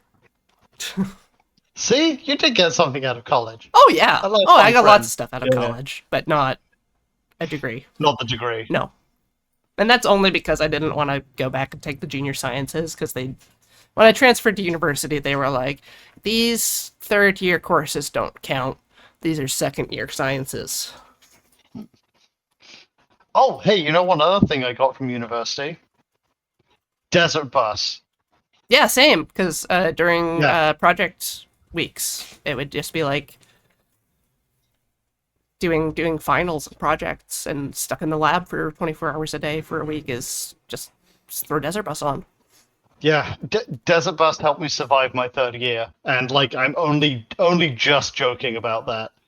Like having that on while I was doing something, and specifically like the like driver shift changes. Mhm. I would like watching those be like in like Desert Bus 4 or 5. It's just like, okay, the driver shift has changed. Time to go to bed. Yeah, like an external Right. timekeeping thing.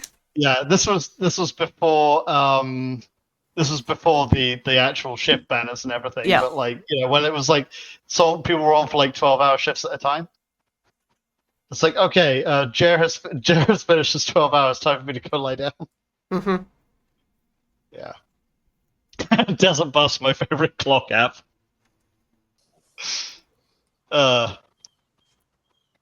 This was all me vamping for time. Yeah. while, All right. So yeah, while I was in university, we ended up meeting Loading Ready Run Hmm. at an anime convention, and I always desperately wanted like a group of friends to collaborate on stuff with, and they were just like pre-made. It's just like a group of that I could just pop into Yes. and then do like sketch comedy, and then they stopped doing sketch comedy, and but I always liked How dare, performance etc. and stuff like that. But that's a little different from drawing, just a tiny bit. Mhm. And then I wanted to make a space for encouraging people to just try stuff in practice and set the bar really, really, really low so that people could be like, huh, I could draw a thing probably. I could not draw a horse. I could not draw a horse. My bad horse is better than Corey's bad horse. I don't know about that. I mean, that's the idea. Yeah. I do think you've created a very like encouraging and incredible environment here, and just I've loved watching Can't Draw Horses Club in the times I've been able to catch it before. And like when Adzy was the one who reached out actually, Yeah. and Please. and then she just sent me a message when it was like, "Hey, we're gonna be on Can't Draw Horses Club." And I was like, "What? You didn't even Slightly know. hyperventilating. Yeah, and that was my turn to panic like 2 days ago. Where it's like, oh my god, it's actually happening. I didn't hallucinate this. Gonna be in front of more people than I've been in since when I was in high school theater. Hmm. Like that's great. It's okay because they're invisible. Yeah. That has actually made this much easier. The text on the screen can't hurt you. Yeah. Well. I'm vaguely aware of chat's existence. Sorry, chat. They could be talking about something totally different. Like, Nah, I got chat right in front of me. yeah, but they might not be watching, right? Like, Yeah. I those- don't know those are how many just people words. are in it. Yeah. Yeah. My words are in your brain now. Damn it, Tempest. How could you put those there?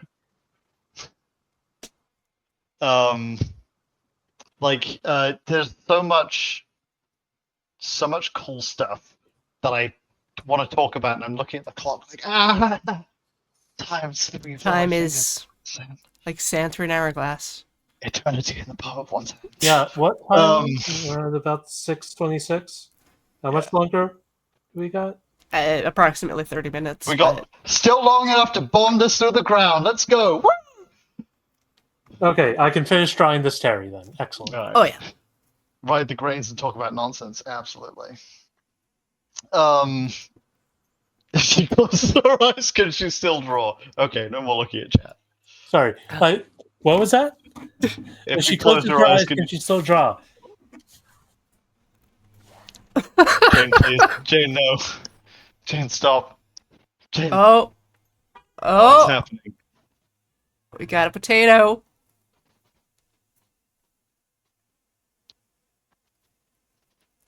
Okay. All right. Potato wants Okay, to fight. No, this doesn't work. Nope. Potato wants to fight you. All right. Oh. The answer is yes, because drawing does not mean content. Yeah. I can put my Corby's here to fight pencil you. upon my receiving device, and a staining liquid will emerge and cover the. Yeah, whatever. We You have get it. produced art. Man, Do you want like I was gonna start. I was gonna start talking about like um influences and things like that. uh, Because that's one of the last things left on my cue card sheet right here that I prepared before we came online. Okay. I mean, hey, it seems like we're doing well if we hit this part. Yeah. I dang. I hope they get him. That's some sirens. Um, the stuff that I grew up watching in the UK was things in a variety of different languages, like English, French, and Welsh, because I grew up in the southwest of England, where all the different radio antennas kind of ate each other. So we didn't get Channel 5. Instead, we got S4C. And sometimes, if you were, which is the Welsh channel, and like if you had an AM/FM radio and you were on the FM channels, you could hear like French radio. Oh, So, because like I grew up in the 90s, so I had like kids' toys had FM radios on everything. Um, so like yeah, like I learned how to speak enough French to know where the bathroom is on that, and so I grew up with things like obviously the American cartoons, which came through upon the TV occasionally, but also things like Mona the Vampire and Planet Plant, which was a Welsh kids show. Um, the knockoff Welsh Dragon Tales. I'm sorry, Yeah. what? there's a Welsh Dragon Tales. There's a Welsh Dragon Tales. Um, it was much less about like stuff than Dragon Tales. It had I can't even remember the name of it, but it was something you have to turn your tongue upside down to pronounce. Of course. But yeah, there was a Welsh knockoff of Dragon Tales that I vividly remember watching as much as I could. And there was also like a bunch of kids TV shows that would play during the daytime hours. That would like teach kids how to speak Welsh. So Did you ever get Art Attack? yes, I blame Neil Buchanan especially for my ability to not be able to tell different artists like different faces apart, because he was on like 5 or 6 different art shows as a kid. Yeah, Yeah, and like he's spoken a soothing it is. soothing Birmingham accent. But so enthusiastic. Yeah. Today we're going to make wiggly ear puppets. You pull on this thing and its ears wiggle. And here's how you're going to do it. You're going to take some safety pins. Yeah, man, like watching Art Attack or like the big Art Attack. And Ed the head. Yeah. Ah, Wibbly wobbly head. Like if we're talking about influences, in my case, so like and spot. yeah, we've already name checked a bunch of stuff that like led directly somewhat to the stuff we've made. Space shipping was sort of basically how Adzy and I met. Sleepless Domain was it. You can trace a straight line from Arcana Watch to Sleepless Domain. No shame in that. But like stuff like Penny Arcade and other like the big webcomic stuff like Girl Genius by the Foglios. Let me think of I can't look you dead in the eye and tell and say that USXW 666 is not a little bit of a Penny Arcade knockoff. I mean, 3 panels, basic jokey format. 3 panels, basic jokes, a lot of dick jokes. Yeah, like it's absolutely Penny Arcade. Yeah. No, there's some stuff in there. But also like, I'm at least a little bit of a weeb. I'd like to describe my specific kind of nerdery as very widely distributed, but I do read a lot of manga. I specifically read a lot of shoujo yuri manga. okay. and I'd say that is definitely influenced my art style a lot, if nothing else. I have not yet gotten to the point where I guess I have sort of made a romance comic, sort of ish. Yeah, Like we have. we do still need to cover the origin comic for Sandra because I'm so very proud of that. Oh yeah, let's do that. Yeah. If we may. Have you made an entire frame just full of flowers and sparkles and then like a face? I have not. I need to do that. Hmm. Like I mean, like you know, I'm writing the USXW script in my head now. Because we already did a. no, wait, I have done that. Oh, Okay, did you? yeah, I have done that, but the comic might be rude. So Yeah. Oh no, I know the one you're talking about. Yeah, actually, yeah, no, we did do that. But like we already wrote one about like how anime is trash. Uh, well, it's not.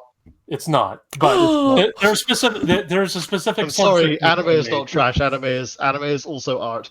But we wrote a joke about like it just being one particular thing, and so now I've definitely got to write a joke about Yuri manga. Yeah. Well, specific. Oh God! Like, It's like, have you got to the bit where the girls kiss yet? listen, I read it. I read it for the emotional torque. Like, like I talked to Adzy a lot about the reason I get so invested. Like, the stuff that really draws me in is the stuff that like plunges you into the depths of the emotional abyss of just like absolute despair and sorrow, and then like after it does that, it then like reaches the heights of transcendent joy. Like that's the stuff that I need. That's the stuff that I need in my. that's why bloodstream. we recommend shonen sports anime. Yes. You know what my favorite shonen sports anime is, and I'm not even kidding. All right. Girls and Panzer. It's a sports anime, and it's fantastic. I might argue that there are better ones, though. No, No. it's a love letter to World War II tanks design. I'm sorry. If you think there's a better sports anime than Girls and Panzer, I, the creator of the One True Comics method, am here to tell you that I respect your wrong opinion. There's one called like Galandria that's about a female matador. It's really pretty. There's Devastating. actually, like, if we're talking sports manga, martial arts manga is I guess you could call that a subsection of sports manga. I've been following one recently called, I think, I'm not sure how to pronounce it. I think it's Bataku, but it's about capoeira. Okay. And like cool. It starts out a little rough, but the art is freaking amazing. Like, just the motion is like holy carp.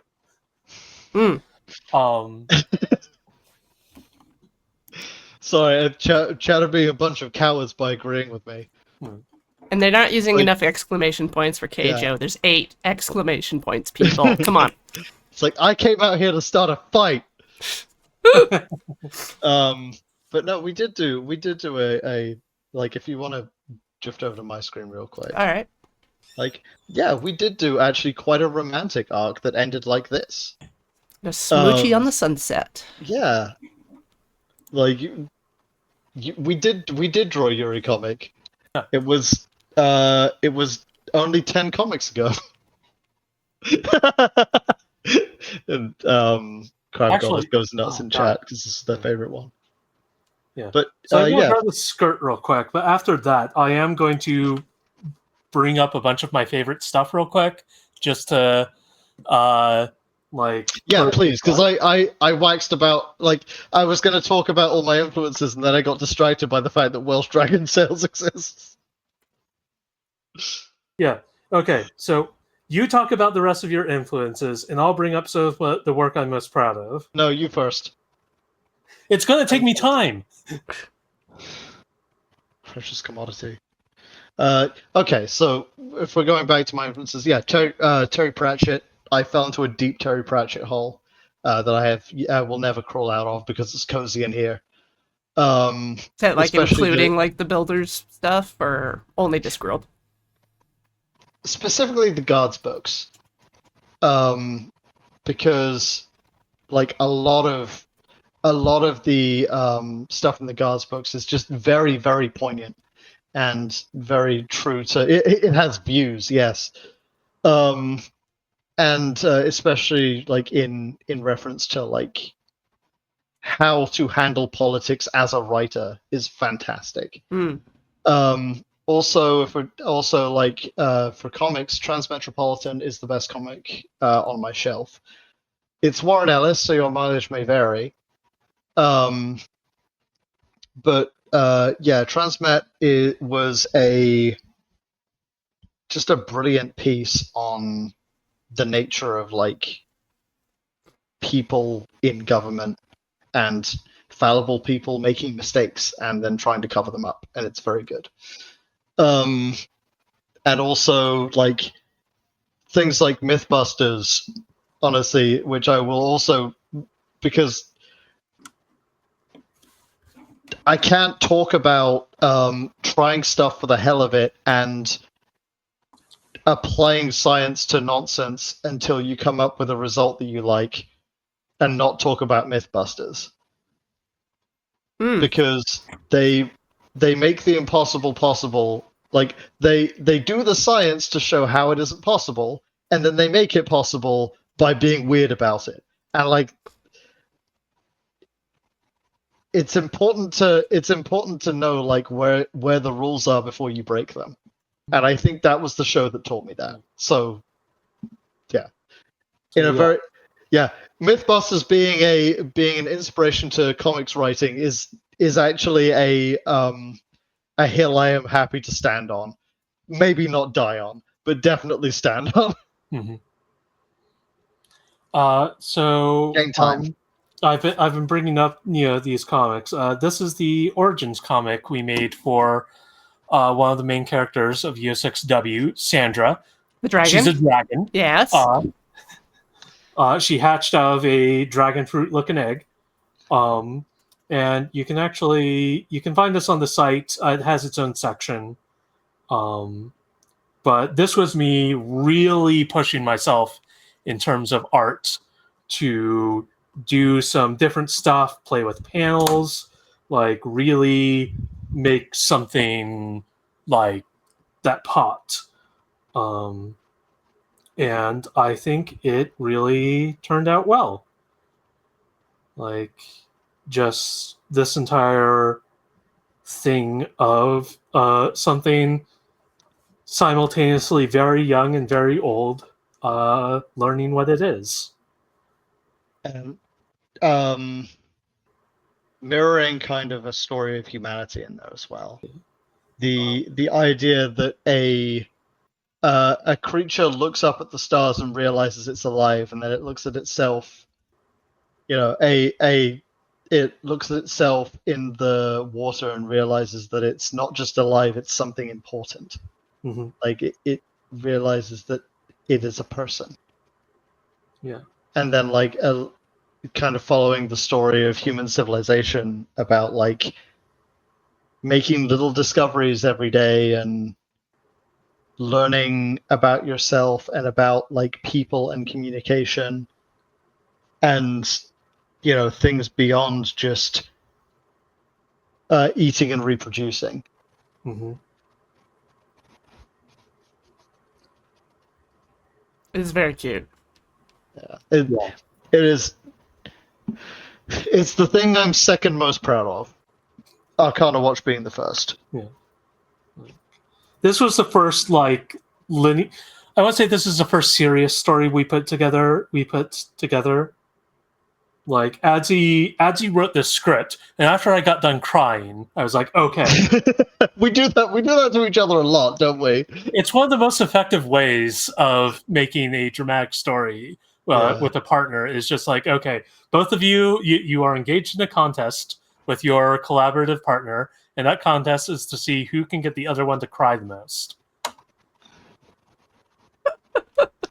if you can hold a human soul in your hand and crush it, you you know, in the words of Paul Atreides, if you can destroy a thing, you own a thing. Mhm. God, don't. That's not artist advice. No. Don't take that advice, please. Don't enter an antagonistic relationship where you're There are trying times. to. There are times when I'm goofing, and there are times when I'm serious, and that was the time when I'm goofing. And if you clip this and take it out of context, I'll find you. Mhm.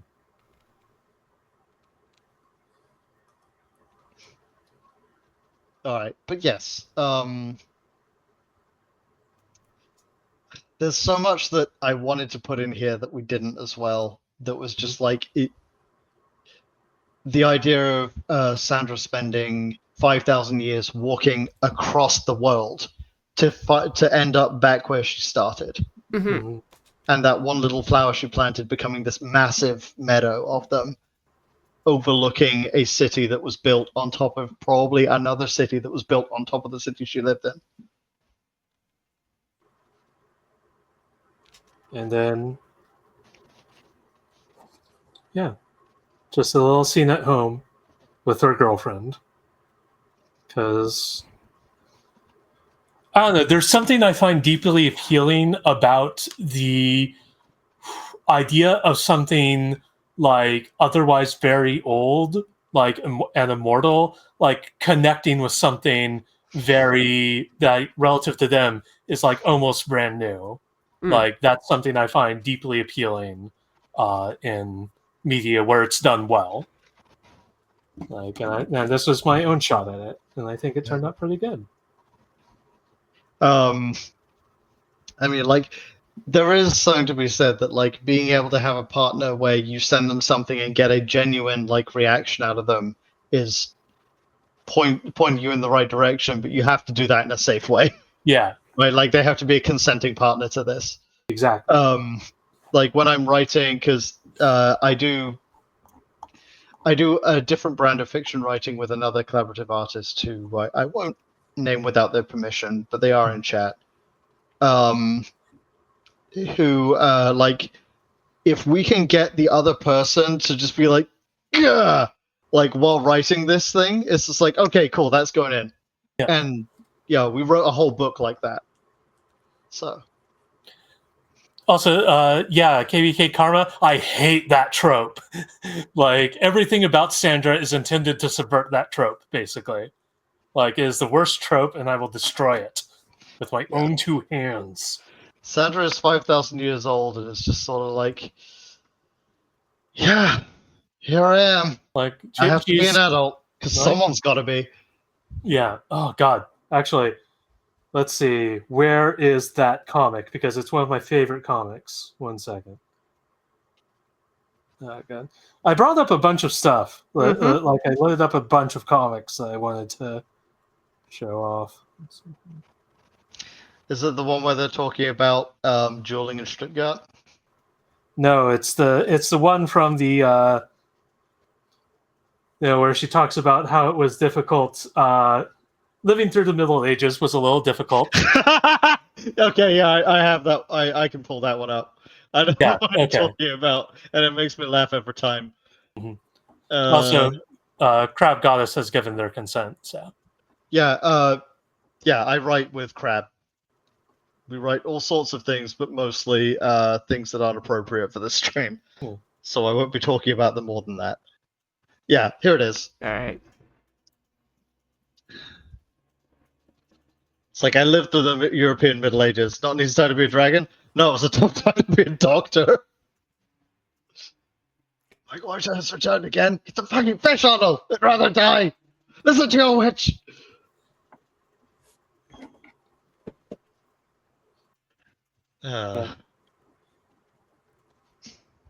and like there's I find something very appealing in the fact that Sandra has always been essentially a healer, a doctor. Like she likes to look after people, like and consistently works to keep her information updated. Like she has 12 degrees. Yeah.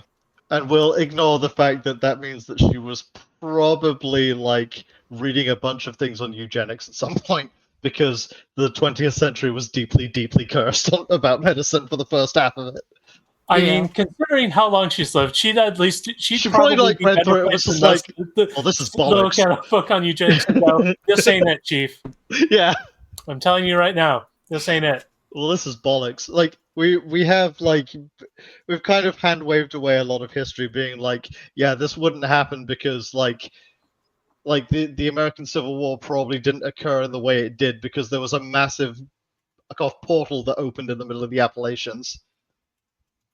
But yeah, like Yeah. there's a lot of stuff that's like, Santa examining phrenology. Nah. it's like All right. I think you got about 5 more minutes to talk about what you want to talk about, and then we have to go. But Mom, I don't want to leave the bullpit. Have you thought about plugging your Patreon? yes. Okay. Yeah. Plugs. Let's do plugs.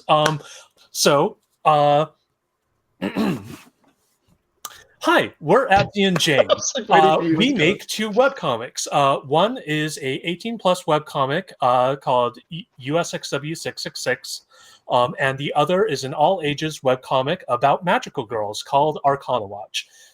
You can actually find both of those through our website, adzyandjanecomics.com, which also has links to our Patreon, patreon.com/adzyandjane.